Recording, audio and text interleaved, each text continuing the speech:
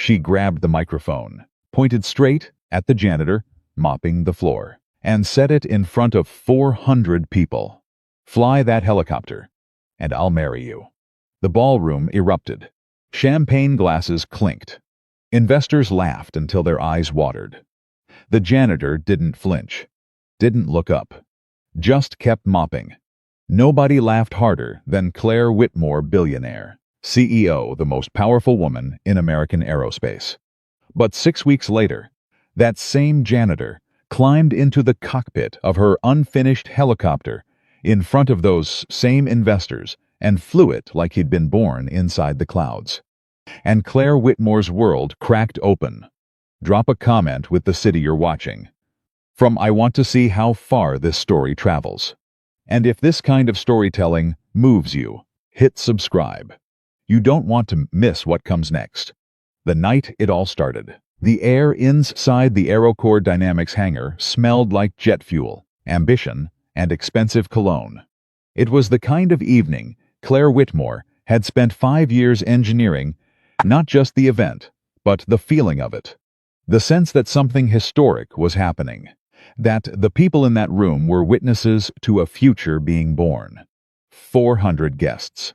Senators, Pentagon consultants, venture capitalists who managed funds larger than the GDP of small nations. Every major aerospace journalist who mattered stood somewhere in that crowd, drink in hand, waiting to be dazzled. And at the center of all of it, gleaming under $200,000 worth of custom lighting, sat the AX-7 Valkyrie, Aerocore's revolutionary hybrid helicopter. 7 years of development, 3 failed prototypes, $140 million spent. And tonight, Claire Whitmore was going to out to the world that all of it had been worth it. She stood at the podium in a crimson dress that cost more than most people's cars. And she felt invincible. "Gentlemen," she said, her voice carrying that particular mix of authority and warmth that had made her the cover of Forbes 3 times before she turned 42. "What you're looking at tonight isn't just an aircraft. It's the future of vertical flight." Applause. Cameras flashing. The kind of energy that feeds on itself, growing louder and brighter until the room feels electric. Claire let the moment breathe. She was good at that. Let them feel it. Let them want it. But then, from the back of the room, came a voice she didn't expect. Whitmore. It was Gerald Harmon, one of her senior investors' old money, old opinions. The kind of man who'd funded 3 aerospace startups in the 90s and watched 2 of them explode. Not metaphorically. "Before we celebrate, I have a question." Claire smiled. "Gerald, the Valkyrie, she's beautiful. No question." He swirled his glass. "But I've heard the flight tests haven't exactly been conclusive. Word is the last test pilot walked off the project.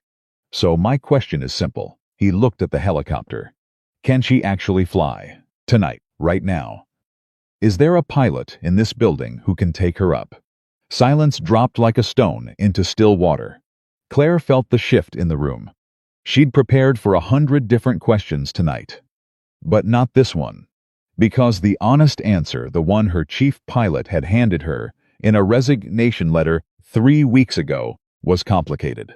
The aircraft is not airworthy. Not yet. The rotor calibration system has an intermittent fault that we haven't been able to isolate. I will not certify this aircraft for flight until it's resolved. I'm sorry, Claire, but I won't put a pilot in that cockpit. She'd spent 3 weeks trying to replace him. She had someone lined up, a younger pilot, more flexible in his risk assessment, less attached to the kind of rigid safety protocols that old military men clung to. But he wasn't here tonight. So Claire did what she always did when she didn't have an answer she liked. She found a better question. She turned, almost casually, and her eyes found the one figure in that enormous hangar who was not watching her, not applauding, not waiting for her next word. A man in gray work clothes, pushing a mop across the far edge of the hangar floor, working slowly, methodically, as if 400 dressed-up strangers simply didn't exist. Daniel Brooks. She didn't know his name then. She barely registered him as a person. He was part of the building to her the same way the support beams were part of the building, the same way the fluorescent and backup lights were part of the building. Necessary. Invisible. Beneath notice. She grabbed the microphone off the podium, and something reckless and electric moved through her instinct, the same instinct that had made her bet everything on the fuckery in the first place. And she pointed. Right at him. You know what? Gerald. Her voice rang out across the hangar. If anyone in this building can fly that helicopter, tonight she paused for effect, grinning. Riding the energy of the crowd, I'll marry them. Laughter. Enormous, rolling laughter. Someone shouted. Even the janitor. And Claire, without missing a beat, still pointing. Even the janitor. More laughter. The loudest yet. And Daniel Brooks, the man with the mop. The man nobody had looked at all evening. He glanced up. Just once. His eyes found hers across the length of that hangar. Dark eyes. Calm eyes. The kind of eyes that have seen things that put jokes in their proper place. He held her gaze for exactly 2 seconds. Then he looked back down and kept mopping. That should have been the end of it. A throwaway joke at a party. The kind of thing that gets repeated at industry dinners for a year and then fades away. Except Daniel Brooks didn't fade away. Because Daniel Brooks was still in that building every morning at 5:47 a.m. when the hangar was empty and the only sound was the hum of the ventilation system and the whisper of his mop across the concrete floor. He'd been coming at 5:47 for 9 months. Long enough to know this building better than most of the engineers who worked in it. Long enough to know where every vent shaft ran, which structural columns bore the real load, how the temperature changed across different sections of the floor, and what that told you about the foundation. Long enough to know the sound the Valkyrie made when her system cycled through startup sequence, the particular rhythm of her rotor calibration. The slight stutter on the third initialization cycle that Fung else seemed to have decided was acceptable. Daniel had decided it was not acceptable. He'd been carrying a notebook for 6 months. A plain black composition notebook that he kept in the front pocket of his gray work jacket. And in that notebook, written in the careful, precise handwriting of a man who'd spent years filling out military incident reports, were 7 pages of observations about the AX-7 Valkyrie. Not guesses, observations. The way the portside rotor housing ran 2 degrees warmer than it should during extended ground tests. The intermittent vibration in the tail assembly that only appeared when the aircraft was oriented northeast, suggesting a gyroscope calibration issue tied to magnetic variance. The stress fracture he'd noticed in a secondary mounting bracket, small, barely visible. The kind of thing you'd only see if you were down on your knees cleaning underneath an aircraft on a Tuesday morning when nobody else was around. He'd mentioned the fracture to one of the junior engineers 3 months ago. Thanks, man, the engineer had said, not looking up from his laptop. I'll flag it. He hadn't flagged it. Daniel had gone back the next day and looked again. The fracture was still there, slightly larger. The kind of growth pattern that didn't announce itself dramatically. It just quietly waited until it didn't have to be quiet anymore. He'd written 3 more pages. The morning after the investor event, Daniel arrived at 5:47 as usual. The hangar was different in the early morning. Honest. Somehow, all the performance of the previous evening had evaporated with the catering staff and the television lights. What remained was just the aircraft and the truth about it. He was running his mop along the base of the Valkyrie's landing skids when he heard footsteps. He recognized them before he looked up. Claire Whitmore walked differently than anyone else in the building, quick, decisive, the kind of stride that expected the path to clear itself. She was alone, which surprised him. He'd never seen her alone before. She stopped about 10 feet away, arms crossed. Looking at the helicopter the way a person looks at something they love but aren't sure they trust anymore. She didn't acknowledge him. He kept mopping. 40 seconds passed. Then she said, quietly, almost to herself, "She's going to fly." Daniel moved the mop in a slow arc. "You believe that?" She turned and looked at him, actually looked at him, like she'd forgotten he was capable of speech. "Excuse me. I asked if you believe that. Or if you need to believe it." Her expression sharpened. "Do you have somewhere else to be?" "Nober, ma'am." "Then maybe keep the philosophical commentary for. The fracture in the starboard secondary mount is getting worse." He said it, the way he said everything, without drama, without performance. Just the fact. Placed on the table like a tool. "It's grown about 2 millimeters since I first noticed it in March. At that rate, under flight stress, you're looking at failure somewhere between 70 and 90 hours of operation. Could be less if she hits any significant turbulence on early flights." Claire stared at him. "I reported it to Kevin Marsh in March." Daniel continued, wringing the mop out slowly. "He said he'd flag it. I checked, it wasn't flagged. I reported it again to the structural team lead in May. Same result. You reported a structural defect. To my engineering team." "Yes, ma'am." "And they ignored you. They thanked me." Claire's jaw tightened. "Show me." He showed her. He walked her around the base of the landing skid, crouched down beside it, and pointed to the fracture with the wooden end of his mop handle. In the pale morning light, without the theatrical spotlights from the night before, it was visible. Faint, but visible. Claire crouched beside him, looked at it for a long time. "How do you even know what you're looking at?" she asked. Daniel stood up, picked up his mop.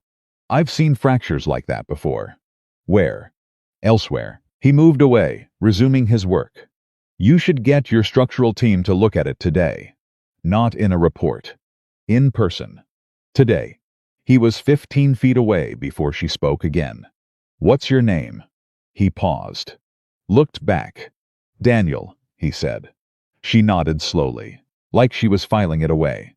"Daniel, then," with the faintest trace of something that wasn't quite an apology, but was trying to be. "I didn't mean anything by what I said last night." He looked at her evenly. "I know," he said, and he went back to mopping. What happened next unfolded over the following weeks in the way that all slow disasters do, not all at once, but in careful increments, each one reasonable on its own, catastrophic in combination. Claire did send her structural team to look at the fracture. They looked at it, wrote a report, categorized it as low priority, monitor and reassess, and scheduled a formal inspection for 3 months out. 3 months. Daniel read the report. He'd found it printed and left on an engineer's desk, which was how he'd learned that AeroCorps' organizational culture was significantly more porous than it appeared. He read it twice, carefully, and then he added 4 more pages to his notebook. Meanwhile, AeroCorps was burning. Publicly, the company projected confidence. Claire gave 2 more television interviews. The FAA timeline was holding. Investors were cautiously optimistic. The replacement test pilot, a former commercial aviation instructor named Rick Galway, who had 1,200 hours of flight time, and to look at an aircraft and the professional flexibility to calibration fault with keen calibration fault and call it manageable, was certified and brought on board. Privately, the fractures were everywhere, not just in the secondary mount, in the culture, in the communication, in the gap between what the Valkyries engineers knew and what they were allowed to say out loud in a meeting where Claire Whitmore was sitting at the head of the table.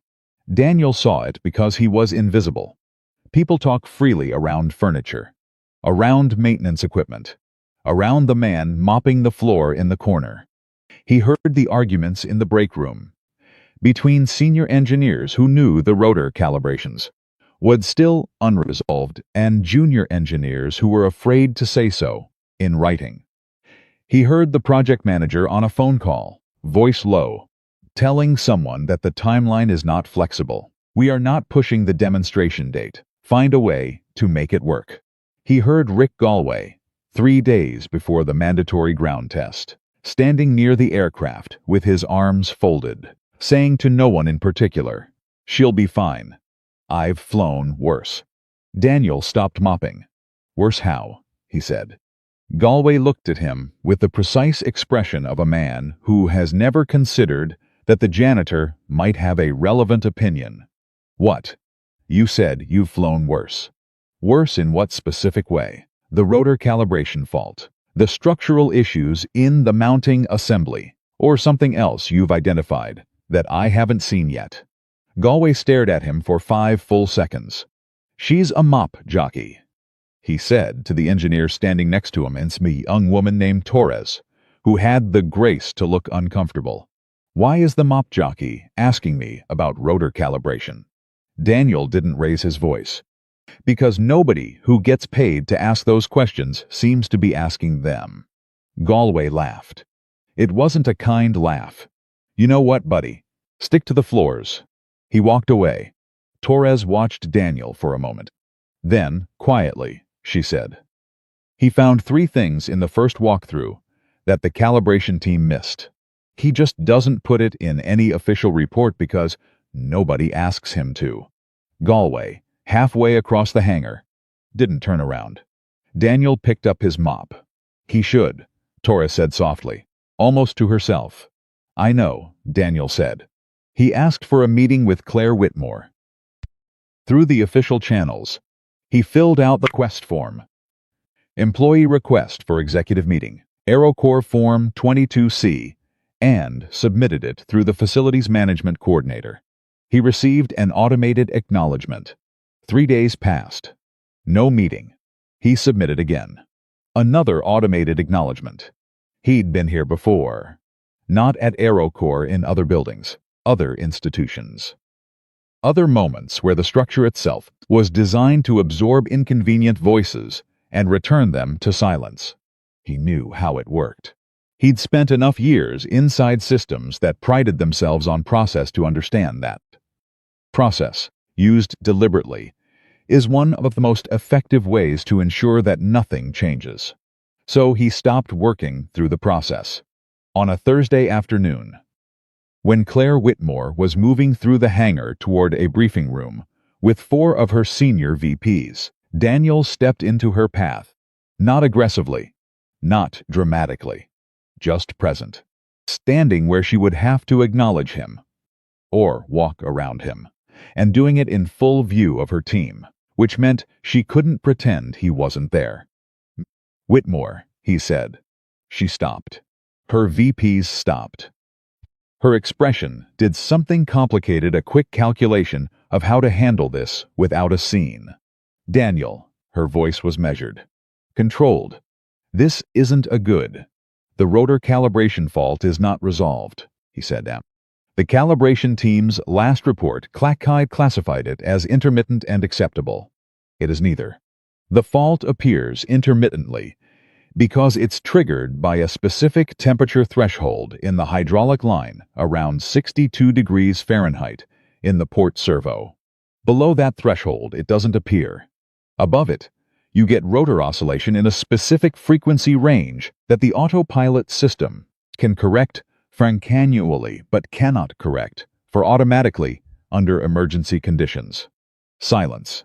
One of the VPs, a man named Dressler, whose primary skill appeared to be projecting confidence in situations where confidence was not warranted, said, with a short laugh, "This is your maintenance staff. The temperature threshold data is available in the ground test logs." Daniel continued, looking at Claire. "Tests 12 through 19. If you plot the hydraulic temperatures against the rotor frequency readings, the correlation is clear. Nobody has done that analysis because the calibration team and the structural team don't share raw data. They share summary reports. The fault lives in the gap between the summaries." Claire had gone very still. "The mounting fracture," he continued, "is now visible to the naked eye from a standing position. It no longer requires her crouching. He paused. I recommend grounding the aircraft until both issues are independently certified as resolved. Not assessed. Resolved. Dressler let out a short, contemptuous sound. Claire, do you really want to? Thank you, Daniel. Her voice was quiet. Impossible to read. I'll look into it. She moved past him. Her VPs followed. And Daniel stood there for a moment, in the empty corridor, and he thought about a man he'd known 15 years ago. A crew chief named Marcus Webb, who had flagged a hydraulic anomaly 3 times before a test flight and been told, each time, that it was within acceptable parameters, who had watched the aircraft take off anyway, who had spent the next 4 years rebuilding himself from the pieces of that afternoon. He thought about Marcus. Then he went back to work. 2 days later, he was mopping near the break room when he heard the conversation. Torres's voice, tight and low. He's been fired. Galway is in. Full go for the ground test. A voice he didn't recognize. Who's been fired? Patterson, the head of structural assessment. Apparently, he wrote a formal memo recommending a flight suspension, penned in independent review. And now he's been fired. Silence. They can't do that. They just did. Daniel stood very still. The mop handle was cold in his hands. Patterson. He didn't know the man personally, but he knew the name, a 30-year veteran, former NTSB consultant, the kind of structural engineer who didn't write memos unless he was absolutely certain. Fired for writing the memo, Daniel had been trying to deliver in person for weeks. He opened his notebook, turned to a clean page, and he started writing again, not observations this time, but a complete summary. Everything he'd seen, everything he'd heard, every data point, every date, every name, organized clearly in sequence, the way you'd write an incident report, the kind that doesn't leave room for interpretation. When he was done, he folded the pages carefully, put them in an envelope, and sealed it. He wrote one name on the outside, Claire Whitmore. He left it on her desk at 5:47 the following morning, weighted down by a small metal object he'd carried in his pocket for 9 months without showing anyone. A pin, silver with a blue enamel center, the kind given to pilots who complete experimental flight certification in classified military programs, the kind that couldn't be purchased. That could only be earned. He left it on top of the envelope and walked away. And whatever happened next, whatever Claire Whitmore decided when she opened that envelope and read those pages and turned that pin over in her hands and started to understand that the man who mopped her floors had been quietly, methodically trying to save her company and her pilot, and possibly several lives, for the better part of a year. That was out of his hands now. He'd done what he could do. He went back to work. Claire Whitmore did not open the envelope right away. That was the thing nobody would have guessed about her, that the woman who made 400-person announcements without blinking, who signed checks with 9 zeros, who had stared down Senate subcommittees and hostile acquisition attempts, and a divorce that played out in the financial press, that woman sat at her desk at 6:15 in the morning, alone, looking at a plain white envelope with her name on it, and was afraid of what was inside, not afraid of the information. She'd been receiving bad news about the Valkyrie for 3 years. She'd gotten good at metabolizing it, reframing it, finding the angle that turned a setback into a pivot. That was a skill she'd developed the hard way. What scared her was the object sitting on top of the envelope, the pin. She picked it up. Small silver, blue enamel center. The kind of thing that looked almost decorative if you didn't know what you were looking at. She turned it over. The back was engraved with a 6-digit serial and a 6-digit code that meant nothing to her, but something in the weight of it, in the deliberateness with which it had been placed on top of that envelope, told her it meant something enormous. She set it down, opened the envelope. She read for 11 minutes without moving. On the second page, her hand went flat on the desk. On the fourth page, she stopped and looked up at the ceiling for a long moment, the way people do when they are trying to hold something together that is beginning to come apart. On the sixth page, the final page, she read a single paragraph twice, then a third time. It was the paragraph about Marcus Webb. Daniel hadn't written it as an accusation. He hadn't written anything in that report as an accusation. Every line was careful, measured, factual, the kind of writing that is almost more devastating for what it refuses to do. He didn't say your company is making the same mistake that cost Marcus Webb 4 years of his life. He didn't have to. The data said it. The sequence said it. The pattern said it, quietly and completely, in the way that patterns always do when someone finally takes the time to look at the whole picture instead of the individual frames. Claire closed the report, looked at the pin again. Then, she picked up her phone and called her head of corporate security. "I need everything you can find on an employee named Daniel Brooks," she said. "Facilities and maintenance. Started about 9 months ago." She paused. "Everything. And I need it in an hour." She hung up, sat for a moment. Then she called Dressler. "Cancel my 8 o'clock," she said when he answered. "Claire, the FAA liaison, is flying in from." "Cancel it, Richard." Her voice had changed. Dressler heard it. He'd worked with her for 6 years, and he knew every frequency of that voice. This one was the frequency she only used when something had fundamentally shifted. "And I need Patterson's contact information. Former head of structural assessment. The one we let go on Tuesday."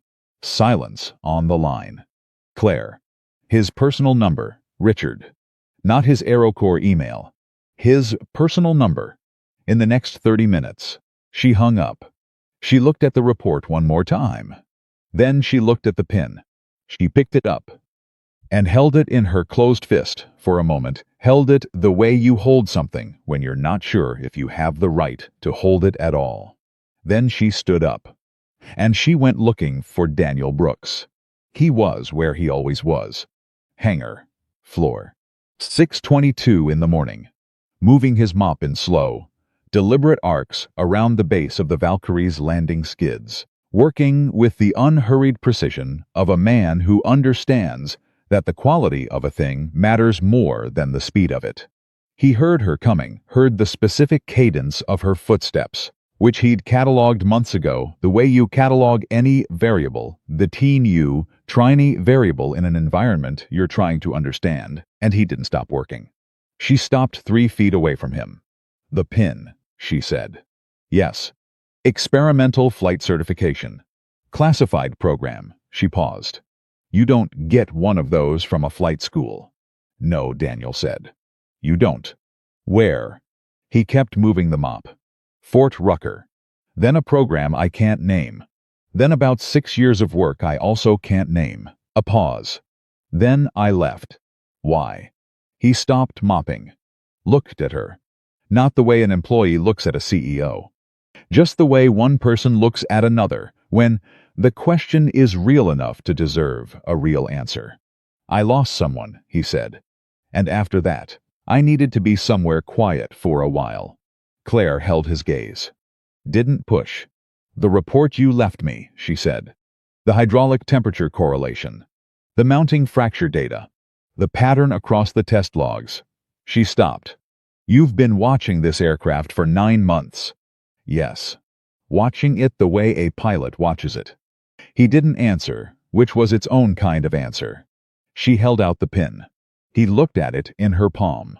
Then he took it back, slowly, and put it in his jacket pocket. "What are you going to do about the ground test?" he said. Claire crossed her arms, looked up at the Valkyrie. "That's what I'm trying to figure out. The timeline isn't." "I know what the timeline is, Daniel." "Whitmore." His voice was quiet, but it had an edge now, not anger, but weight. The weight of someone who has said a thing multiple times and is measuring how many more times he has left. Rick Galway has 1,200 flight hours, mostly commercial.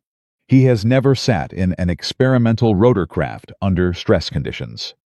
He has never managed a calibration fault in real time at altitude. And he is getting into that aircraft in 4 days. Claire was quiet. The fault I described, Daniel continued, is not theoretical. It is a documented pattern in your own test logs. If Galway hits that temperature threshold during the ground test, which he will, because the hydraulic system reaches 62 degrees after approximately 40 minutes of full power operation, and your ground test protocol runs 65, the rotor oscillation will begin.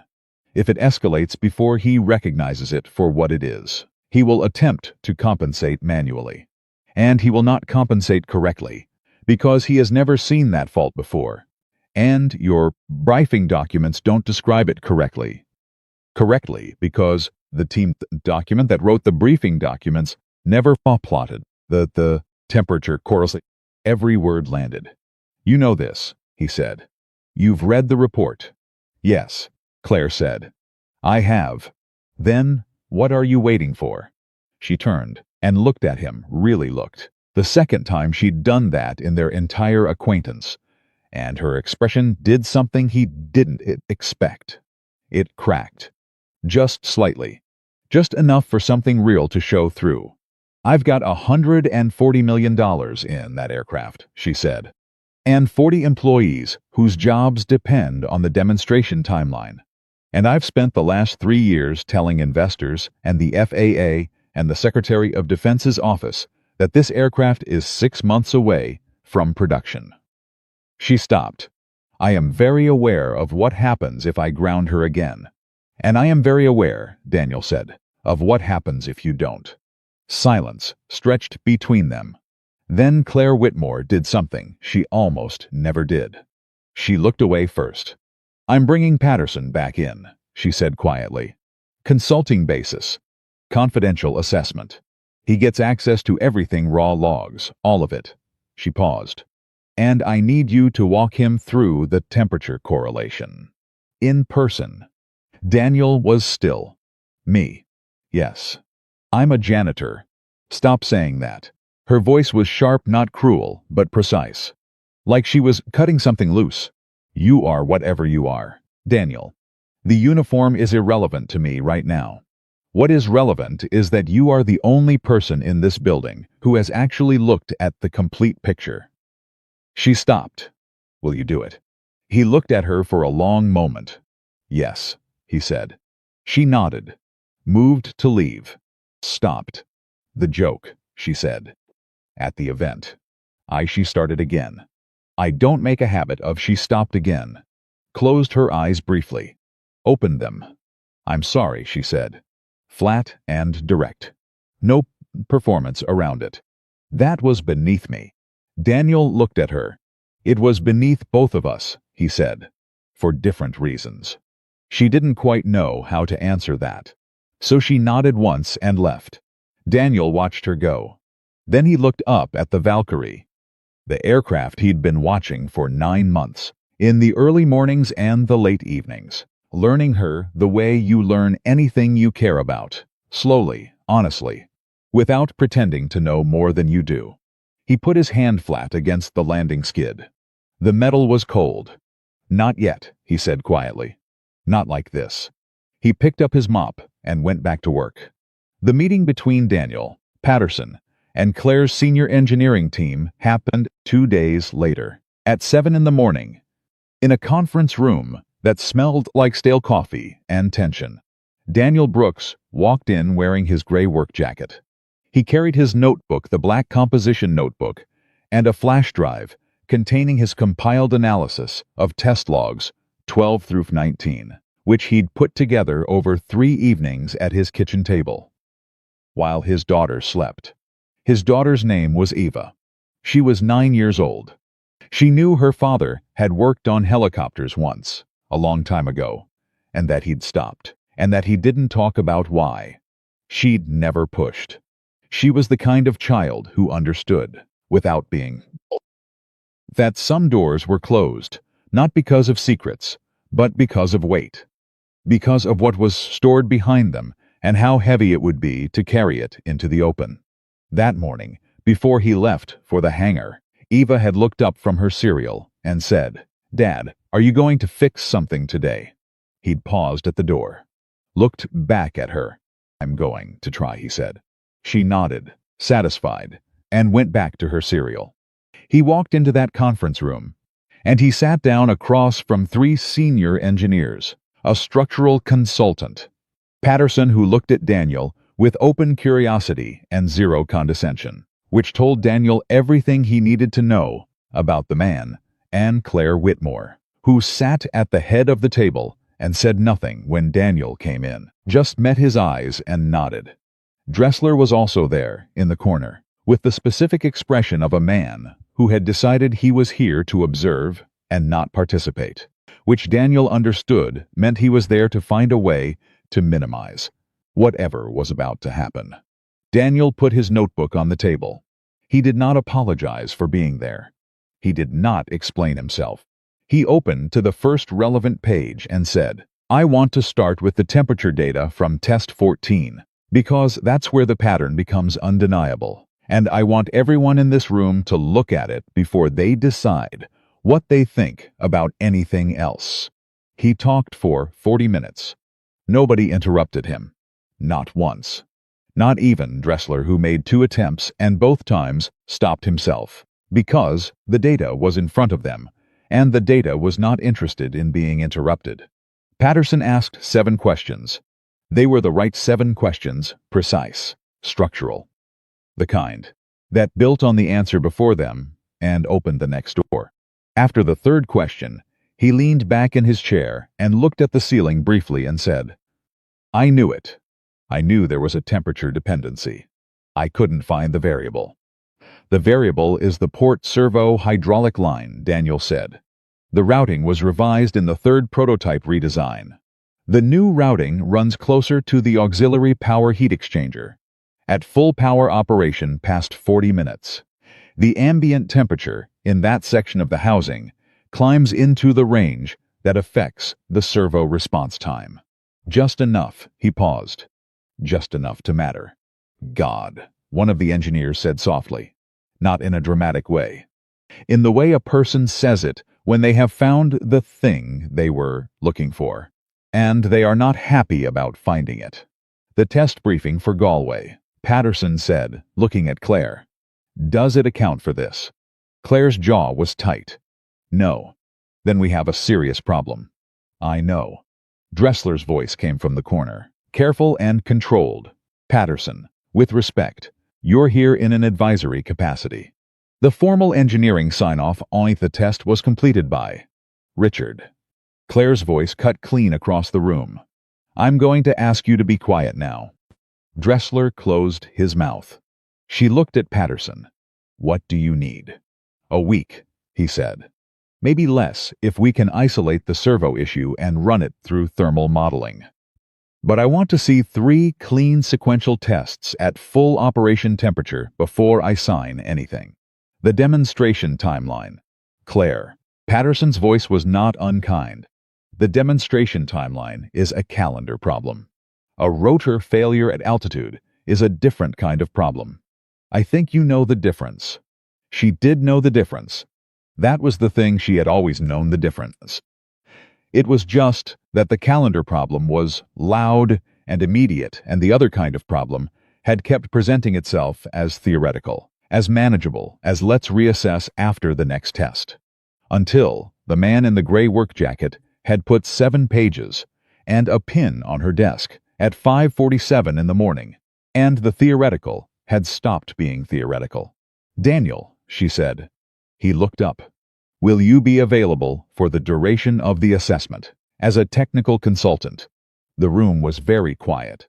He looked around the table at the engineers, who'd ignored his reports, at Patterson, who was watching him with respect, at Dressler, who was watching him with something between resentment and reluctant reassessment, at Claire, who was watching him with the clear-eyed focus of someone who has decided to stop lying to themselves about something important. "Yes," he said. "On one condition." "Name it." Every person who raised concerns about this aircraft in the past 6 months gets back in the room. Not Patterson alone. Everyone.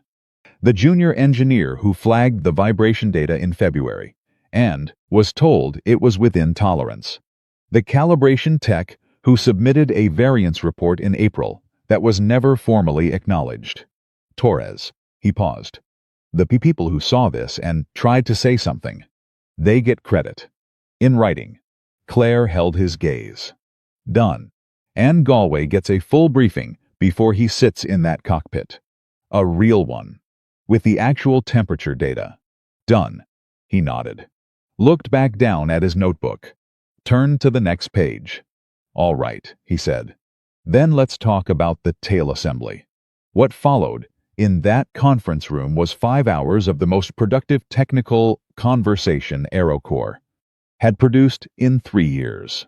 Not because Daniel Brooks was smarter than every engineer in the room he wasn't, or not in every domain, but because he had done what none of them had done. He had looked at the whole picture, without ego, without doubt deadline pressure, without the particular blindness that comes from being too invested in a specific outcome. He'd looked at it the way you look at something, when the only thing you care about is the truth of it.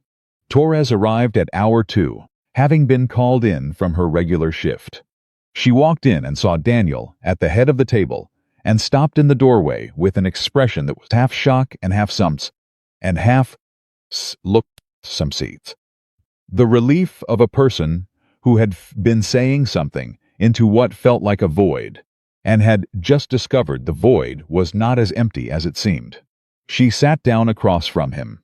Opened her own notebook, she had one too. Daniel noticed.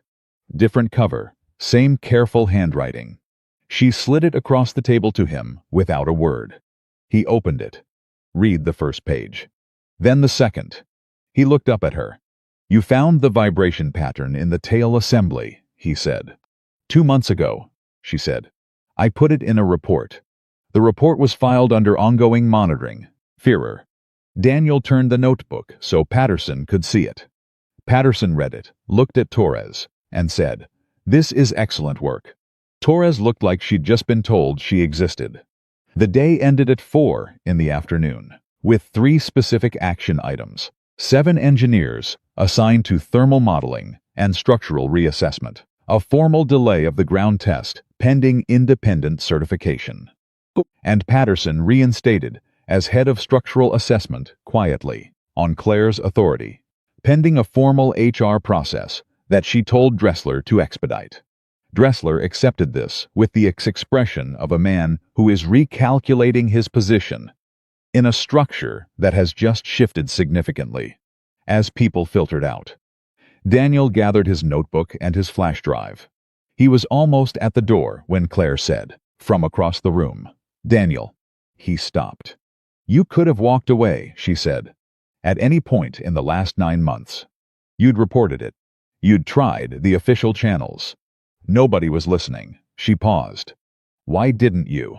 He thought about Marcus Webb, about the sound of the phone call that had come in the aftermath of that afternoon, the call he'd received at a base in Nevada, 7 time zones from the accident site, that had begun with "There's been an incident" and ended with a silence on the line that he'd carried ever since.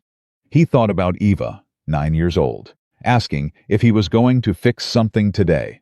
He thought about the Valkyrie, the aircraft itself, not what it represented. Not the money or the timeline, or the political weight of it, just the machine, the actual machine, which was beautiful in the way that all flying things are beautiful, and which deserved better than to be sent into the air before it was ready. Because someone was going to get into that cockpit, he said, and they deserved to have someone in their corner who wasn't looking at a spreadsheet. He left. The hallway was empty. His footsteps echoed. Through the hangar door ahead of him, he could hear the sound of the ventilation system, the low ambient hum of a building that didn't stop just because the people inside it had decided to start being honest with each other.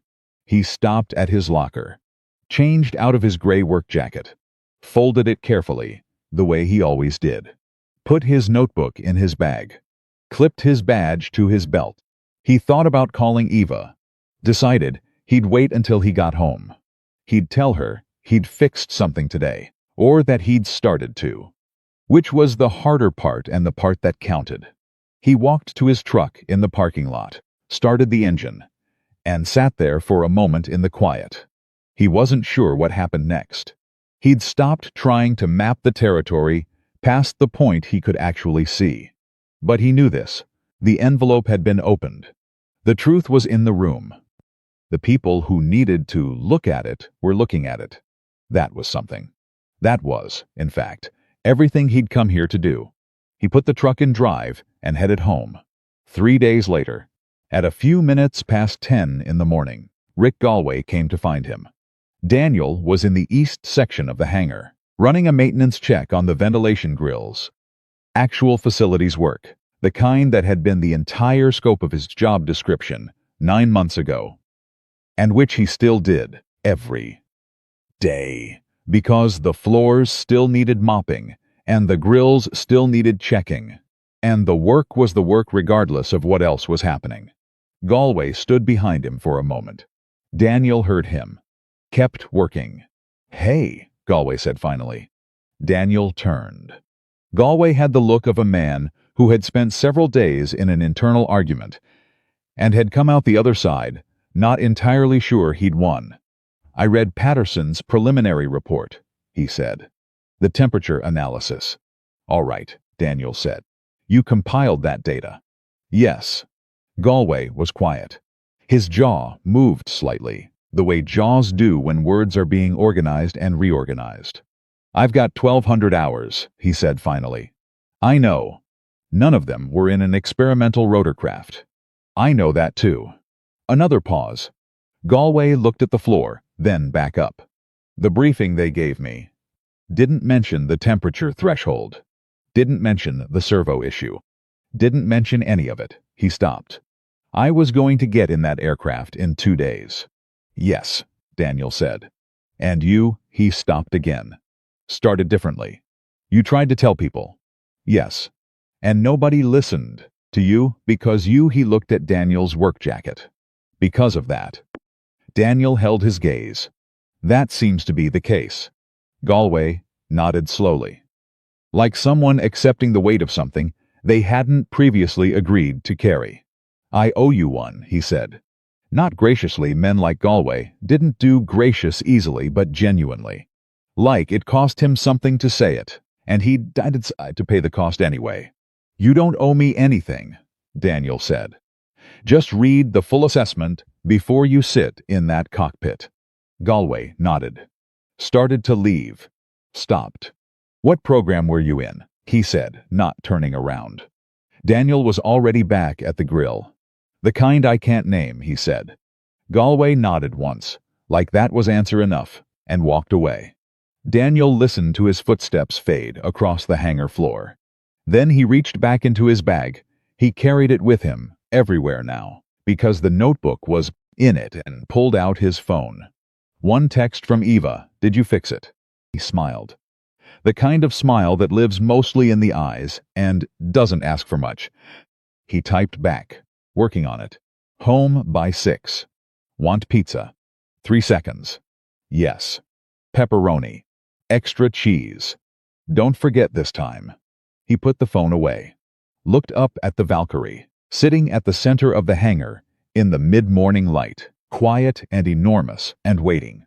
He thought. Not yet. But soon. He went back to work. The thermal assessment took 9 days. Patterson ran it the way he ran everything, methodically, without drama, with the particular brand of quiet intensity that had made him one of the most respected structural consultants in American aerospace, before AeroCorps had let him go for the crime of being correct at an inconvenient time. He came in early and stayed late. And he didn't talk to the press once. And he didn't talk to Dressler. And when investors called Claire asking why the demonstration had been delayed again, she told them there was a technical refinement in progress and that it would be worth the wait. She believed that. She was starting to believe a lot of things she hadn't believed 2 weeks ago. Daniel was there every morning. Not at the engineering table, that wasn't his role, and he knew the difference between contributing what you know and overstating your authority. He was there, the way he'd always been there, moving through the building, watching, listening, available.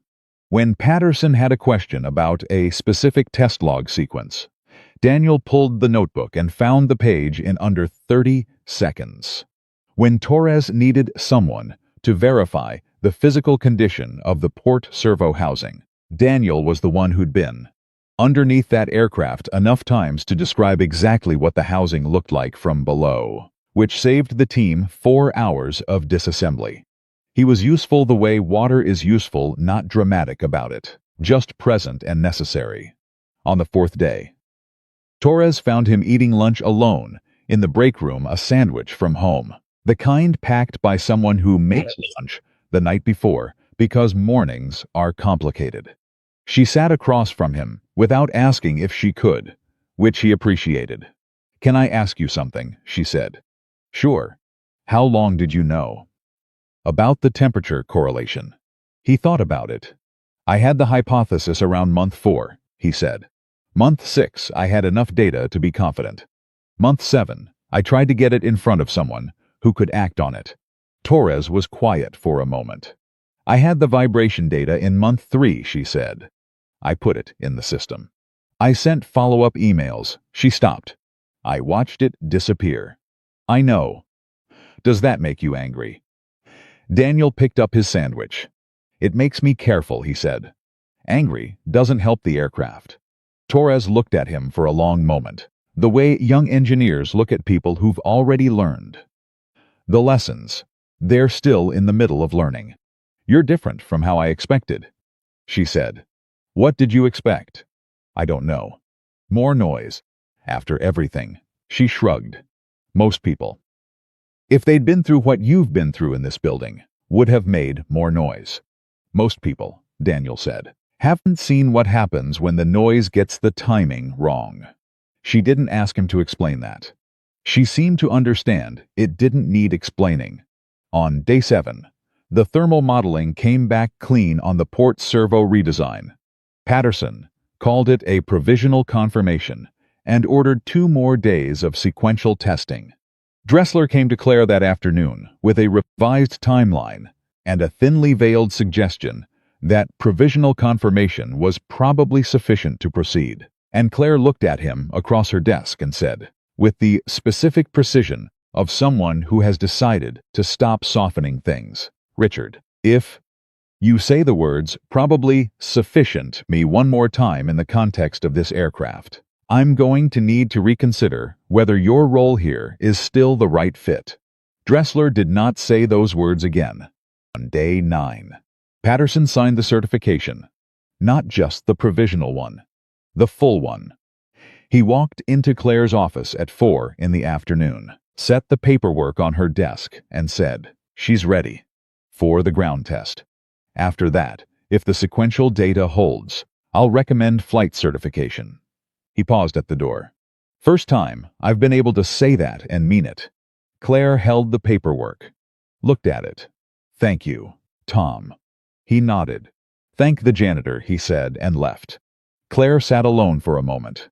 Then she called Daniel's cell phone. She had his number now, which was itself a change she hadn't predicted 6 months ago. He picked up on the second ring. "Certification came through," she said. A pause. Patterson signed it. "Full endorsement. Ground test scheduled for Monday." Another pause. Longer. She could hear something in the background dishes, maybe, and a child's voice. "All right," he said. "Daniel." She stopped. Started again. "I want you in the hangar Monday. Not as a maintenance employee. As a technical observer. Official capacity." Silence. "I'll have Galway briefed on everything. The full thermal data, the servo specs, the tail assembly assessment. He'll go in prepared." "Good. And I want you there, in case something comes up that nobody's seen before. Because you've been the one who sees the things nobody else sees." She stopped. "Will you be there?" "Yes," he said. "Thank you." She hesitated. "How's your evening?" The question surprised them both. She could tell surprised her to be asking it. Surprised him to be asked. "Pizza," he said, after a moment. "Extra cheese." She almost laughed. Almost. "Sounds good," she said. "I'll see you Monday." She hung up, sat there, looked at Patterson's signature on the certification form. She thought about what it would have cost her, what it had nearly cost everyone. If Daniel Brooks had decided 9 months ago that the job description on his contract was the limit of his responsibility. If he'd mopped the floors and collected his paycheck and watched from the corner, the same way everyone else watched, which was from a safe distance that looked like engagement, but wasn't. She thought about that for a long time.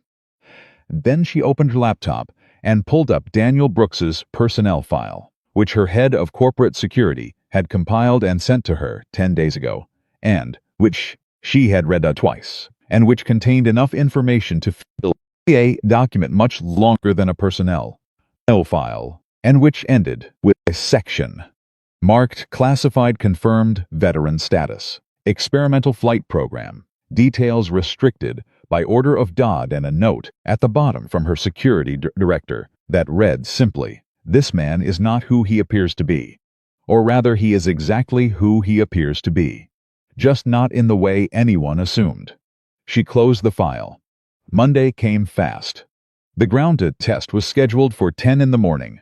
By 8:15, the hangar had the specific electric quality of a day that knows it matters not the manufactured electricity of the investor event, but something real and functional and slightly nerve-wracking. The way important days feel when the stakes are actual and not performed. The engineering team ran pre-flight checks. Torres managed the data acquisition system, which had been updated since the thermal assessment to capture hydraulic temperature readings in real time across every relevant junction. Patterson walked the perimeter of the aircraft with a checklist that he'd written himself and that bore no resemblance to the pre-existing AeroCorps protocol, which was one of many small and significant reforms he'd implemented since coming back. Galway arrived at 8:30 in his flight suit. He walked directly to Daniel, who was standing near the east wall, and they spoke privately for 4 minutes. Nobody could hear what was said. But when Galway walked away, he had the focused, grounded expression of a man who has been given information he needed and intends to use it correctly. Daniel watched him go. Claire arrived at 9. She didn't come in through the executive entrance. She came through the main hangar door, the same door everyone else used, and she walked to where Patterson was standing, and they reviewed the morning's protocol together, in detail. The way two people review something that matters. Dressler arrived at 9:15 and stood near the observation platform, with a tablet and the expression of a man who had recognized that the balance of influence in this building had shifted and was in the process of deciding what to do about it. At 9:55, Daniel's phone buzzed. He looked at the screen. A text from Eva. "Good luck today, Dad. Fix everything."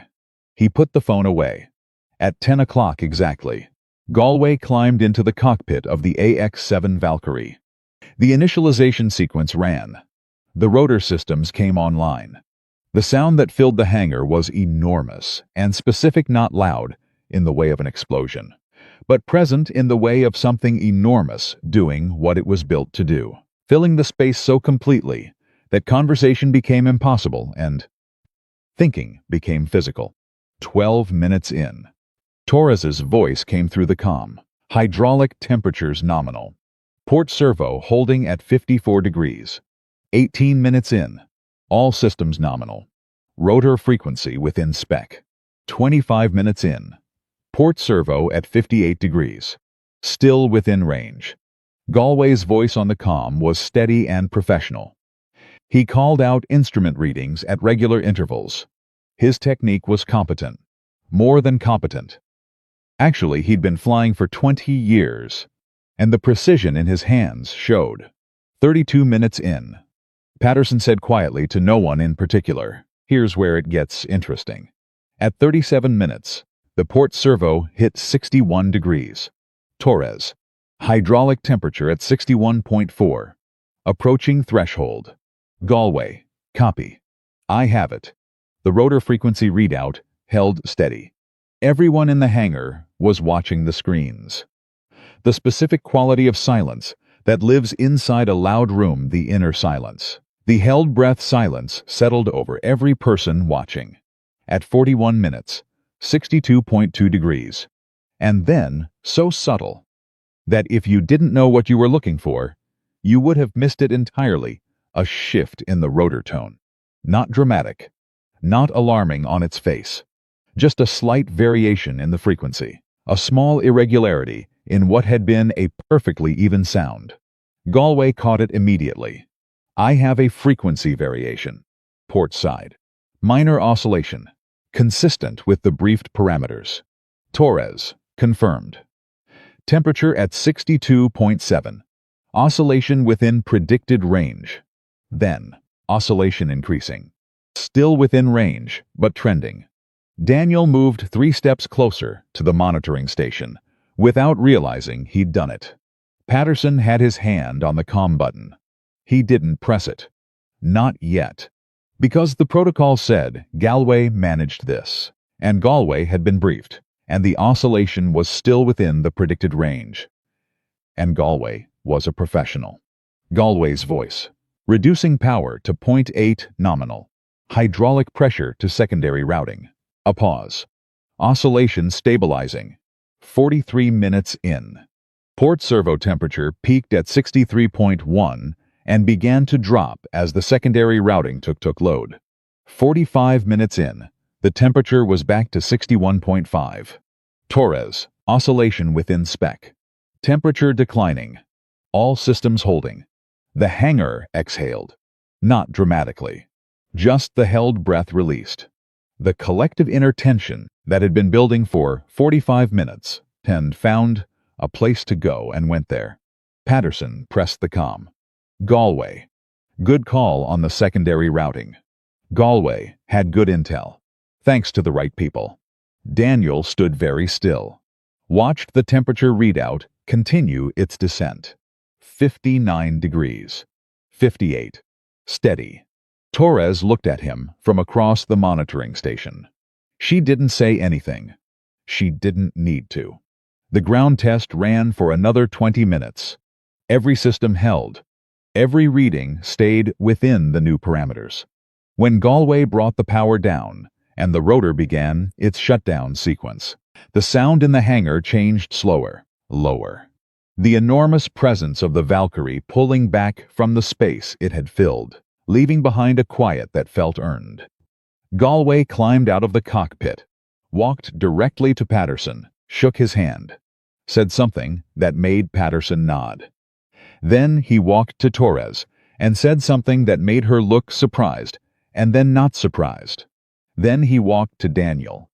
He didn't say anything for a moment, just looked at him with the direct, uncomplicated respect of one pilot to another, the specific kind that doesn't need rank or uniform to establish itself, that exists in the acknowledgement of shared understanding. Textbook, Galway said finally. Exactly where you said it would be. Exactly how you said it would behave. You handled it right, Daniel said. Because someone told me the truth about what I was getting into. Galway extended his hand. Daniel took it. The handshake was brief and solid. You ever decide you want to get back in a cockpit, Galway said, you let me know. I'll fly your wing. He walked away. Daniel stood alone for a moment. The hangar was gradually filling back with voice and movement as people began talking, comparing readings, calling in reports. The ordinary after-sound of a thing that went right. Claire appeared beside him. He hadn't heard her approach. The oscillation window, she said. When it started ending, at 43 minutes. Were you worried? Yes, he said. What would you have done? If it had escalated? He looked at her. What I had to, he said. She held his gaze for a moment. Then she looked at the Valkyrie, the aircraft, sitting at the center of the hangar, in its post-test quiet. Patterson wants to move to flight certification prep, she said. He's projecting 3 weeks if the sequential tests hold. They'll hold, Daniel said. The servo fix is solid. Torres's work on the tail assembly resolved the last major variable. You trust the fix. I trust the process that got to the fix, he said. That's different from before. Claire was quiet.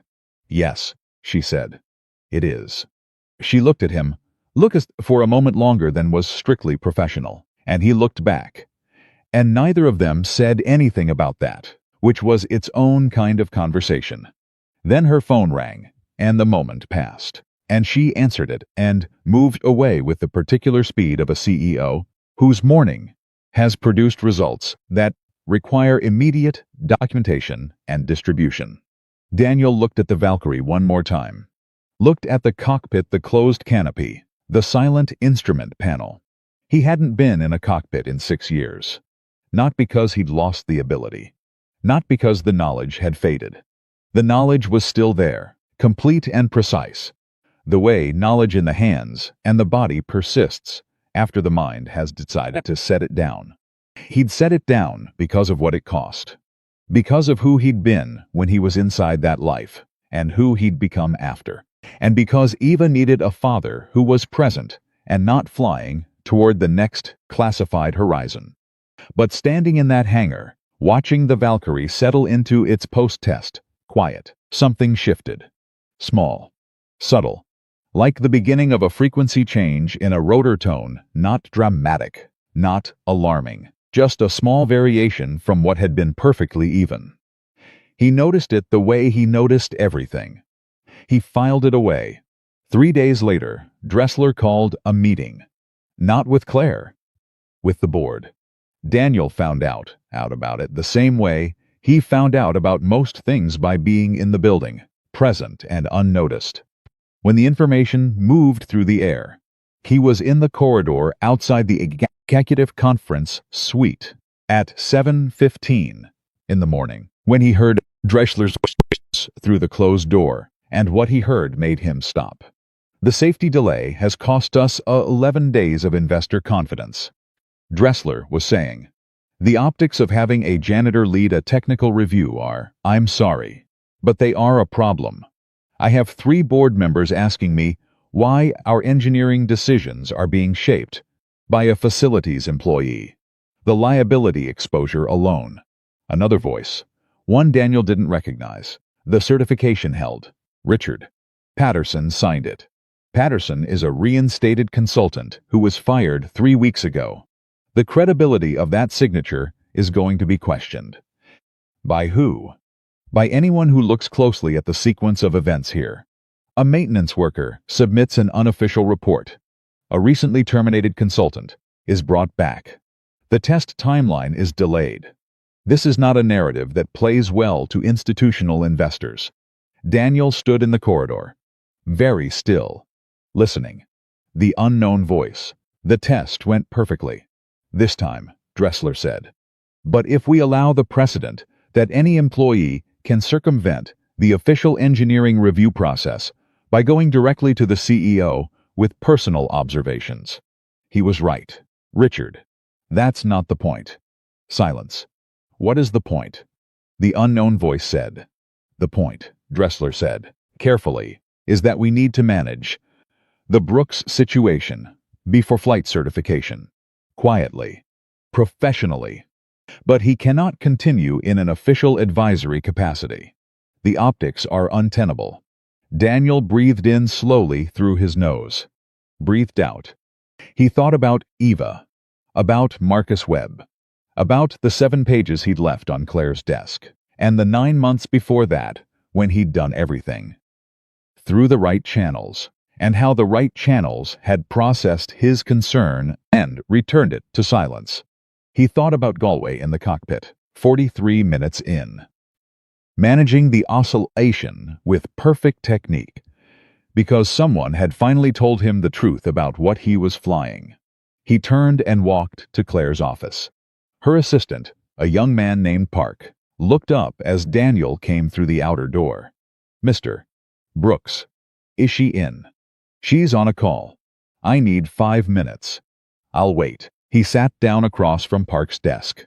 Park looked at him, looked at the office door, looked back at Daniel, and made the specific calculation that people make when they are trying to decide whether the protocol or the situation should govern.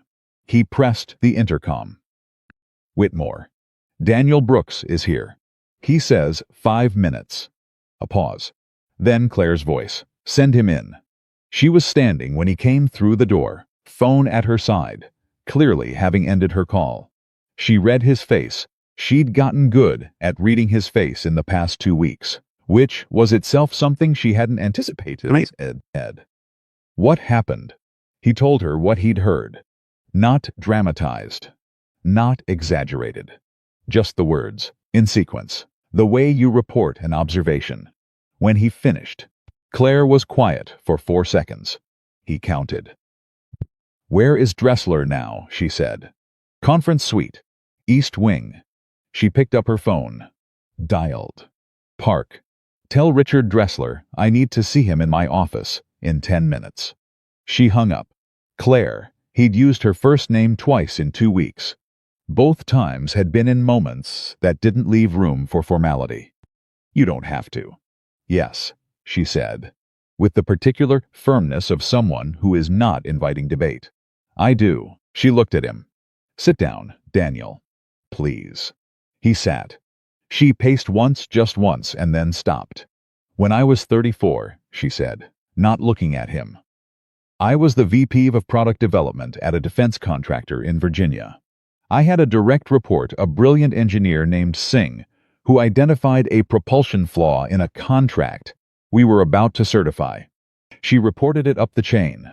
The chain processed it and returned it as within tolerance. She stopped pacing. She came to me directly. I told her I'd look into it. I didn't. We certified the contract. 6 months later, the propulsion system failed in a field test and injured 2 technicians. She stopped. Singh had been right. I had known she was probably right. And I had not acted because the timeline and the optics and the board and the investors and every single external pressure had seemed louder than the internal one. That said, she's right. Listen to her. The room was very quiet. "I have been thinking about Singh for 9 months, she said. "Since the first morning I saw you mopping this floor, and decided you were furniture." She finally looked at him. "I'm not going to let Dressler manage you out of this building. Not today. Not after this." Daniel looked at her. The kind of look that takes a measure of someone not unkind, just accurate. "Okay," he said. When Dressler arrived 10 minutes later, Claire was behind her desk. Daniel was seated to one side, and Dressler stopped in the doorway and looked at the doorway with the arrangement with the expression of a man who has miscalculated several things. "Richard," Claire said. "Sit down." He sat. "I understand you had a conversation with the board this morning about Daniel's role here." Dressler's jaw tightened. "I was addressing legitimate governance concerns. The ground test was successful," Claire said. "Patterson's certification is valid. The Valkyrie is on track for flight certification in 3 weeks. The technical review that made all of that possible was initiated by a facilities employee who had been trying to deliver his observations through official channels for 6 months without success." She paused. The governance failure in that sequence. Richard is not Daniel's presence. It is the process that made his presence necessary. Dressler looked at Daniel, then back at Claire. "Claire, I'm restructuring the technical review protocol," she said. "Every employee, regardless of department or title, will have a direct escalation path to Patterson's office for safety-related observations. It will be formal, documented, and responded to within 48 hours. Every response will be signed." She stopped. "This is not a discussion. This is a decision." Dressler was silent. "And Daniel Brooks," she continued, is being formally appointed as Technical Safety Advisor for the flight certification phase. That is also not a discussion. She looked at Dressler. Is there anything else you'd like to raise? A long silence. No, Dressler said. Good. Thank you. Richard. He left. Claire sat back in her chair. The room settled around them. Outside the office windows, the hangar was visible, the Valkyrie sitting at its center, the engineering team moving around it, Torres at her monitoring station, Patterson walking his perimeter with his handwritten checklist. Technical Safety Advisor, Daniel said. It's a real title, Claire said. It comes with a salary adjustment. I don't need. I know you don't need it. That's not why you're getting it. She looked at him directly. You're getting it because you earned it. Because the work you did was worth more than what we paid you for it. And because this company is going to operate differently going forward. And I want that difference to mean something concrete. She paused. Can you accept that? He thought about Eva, about extra cheese on the pizza, and texts that said, fix everything, and the pin in his jacket pocket that he'd carried for years. And that still weighed exactly as much as the life it represented. Yes, he said. I can accept that. 3 weeks later, Patterson's submitted the flight certification. The day it arrived on Claire's desk, she read it twice and then sat quietly for a long time. Then she called Patterson. Tom, thank you. Don't thank me, he said. I just looked at what was already there. She hung up, sat for another moment. Then she pulled up Daniel's contact in her phone and sent a single text. Certification approved. Flight demo scheduled for Friday. Be there. His reply came 90 seconds later. I'll be there. And then, after a pause, a second message. Eva wants to know if she can come. Claire sat with that text for a moment. Then she smiled, really smiled. Not the performance smile, not the investor event smile, but the one that lives deeper and shows up less often and means something real. She typed back. Tell her absolutely yes. And tell her she has a front row seat. She put the phone down. Friday was 4 days away. What happened on Friday would change everything. But that was 4 days away. And right now, for the first time in 3 years, the Valkyrie was ready to fly, truly ready. Honestly ready. Ready. The way a thing is, ready when the people responsible for it have finally decided that the truth matters more than the timeline. Daniel was in the hangar, working. Same gray jacket. Same notebook in the pocket. Same careful, deliberate movement through the space. But something was different. Patterson saw it. Torres saw it. Even Galway, who didn't miss much, saw it when he passed Daniel near the east wall and nodded at him, and got back a nod that carried something in it, not excitement exactly, but the particular aliveness of a person who has been somewhere quiet for a long time and can feel, in the distance, the sound of something they recognize coming closer. Galway knew what that sound was. He'd heard it himself. Every time before a flight. He didn't say anything. He just nodded again and kept walking. And Daniel stood in the hangar and looked at the Valkyrie and felt, for the first time in 6 years, the precise and specific gravity of a cockpit waiting. Friday arrived the way important days always do, without fanfare, without the dramatic buildup the mind constructs in anticipation. Just a morning like other mornings, gray and cool at 5:47 when Daniel pulled into the AeroCorps parking lot, except that his daughter was in the passenger seat beside him, still pulling her hair into a ponytail, her seatbelt on crooked the way 9-year-olds wear seatbelts when they've dressed in a hurry because their father said they were leaving in 10 minutes, and meant it. Is it going to be loud? Eva said. Yes. How loud? Loud enough that you'll feel it in your chest. She thought about this. Cool, she said. He smiled at the windshield. They walked into the hangar together, Daniel's hand on Eva's shoulder, guiding her through the controlled movement of an aerospace facility. On a significant morning. She looked at everything, with the particular intensity of a 9-year-old who has been raised by a pan who taught her to pay attention, not to perform attention, not to pretend to notice things, but to actually look, because looking costs nothing, and missing costs everything. She looked at the Valkyrie for a long time. "That's it," she said. "That's it. It's bigger than I thought." "Most things are," he said. Torres found them near the observation platform at 6:15 and crouched down to Eva's eye level without being asked and said, "You must be Eva. Your dad talks about you." Eva looked at her with the direct, assessing gaze of a child who has learned to take people's measure quickly. "Only the true stuff," Torres added, reading the look accurately. Eva nodded, satisfied. "He doesn't lie," she said. Torres stood up and looked at Daniel. "She's right," she said. "He doesn't." Claire arrived at 6:30. She came through the main hangar door, the way she always did, now no separate entrance, no executive buffer.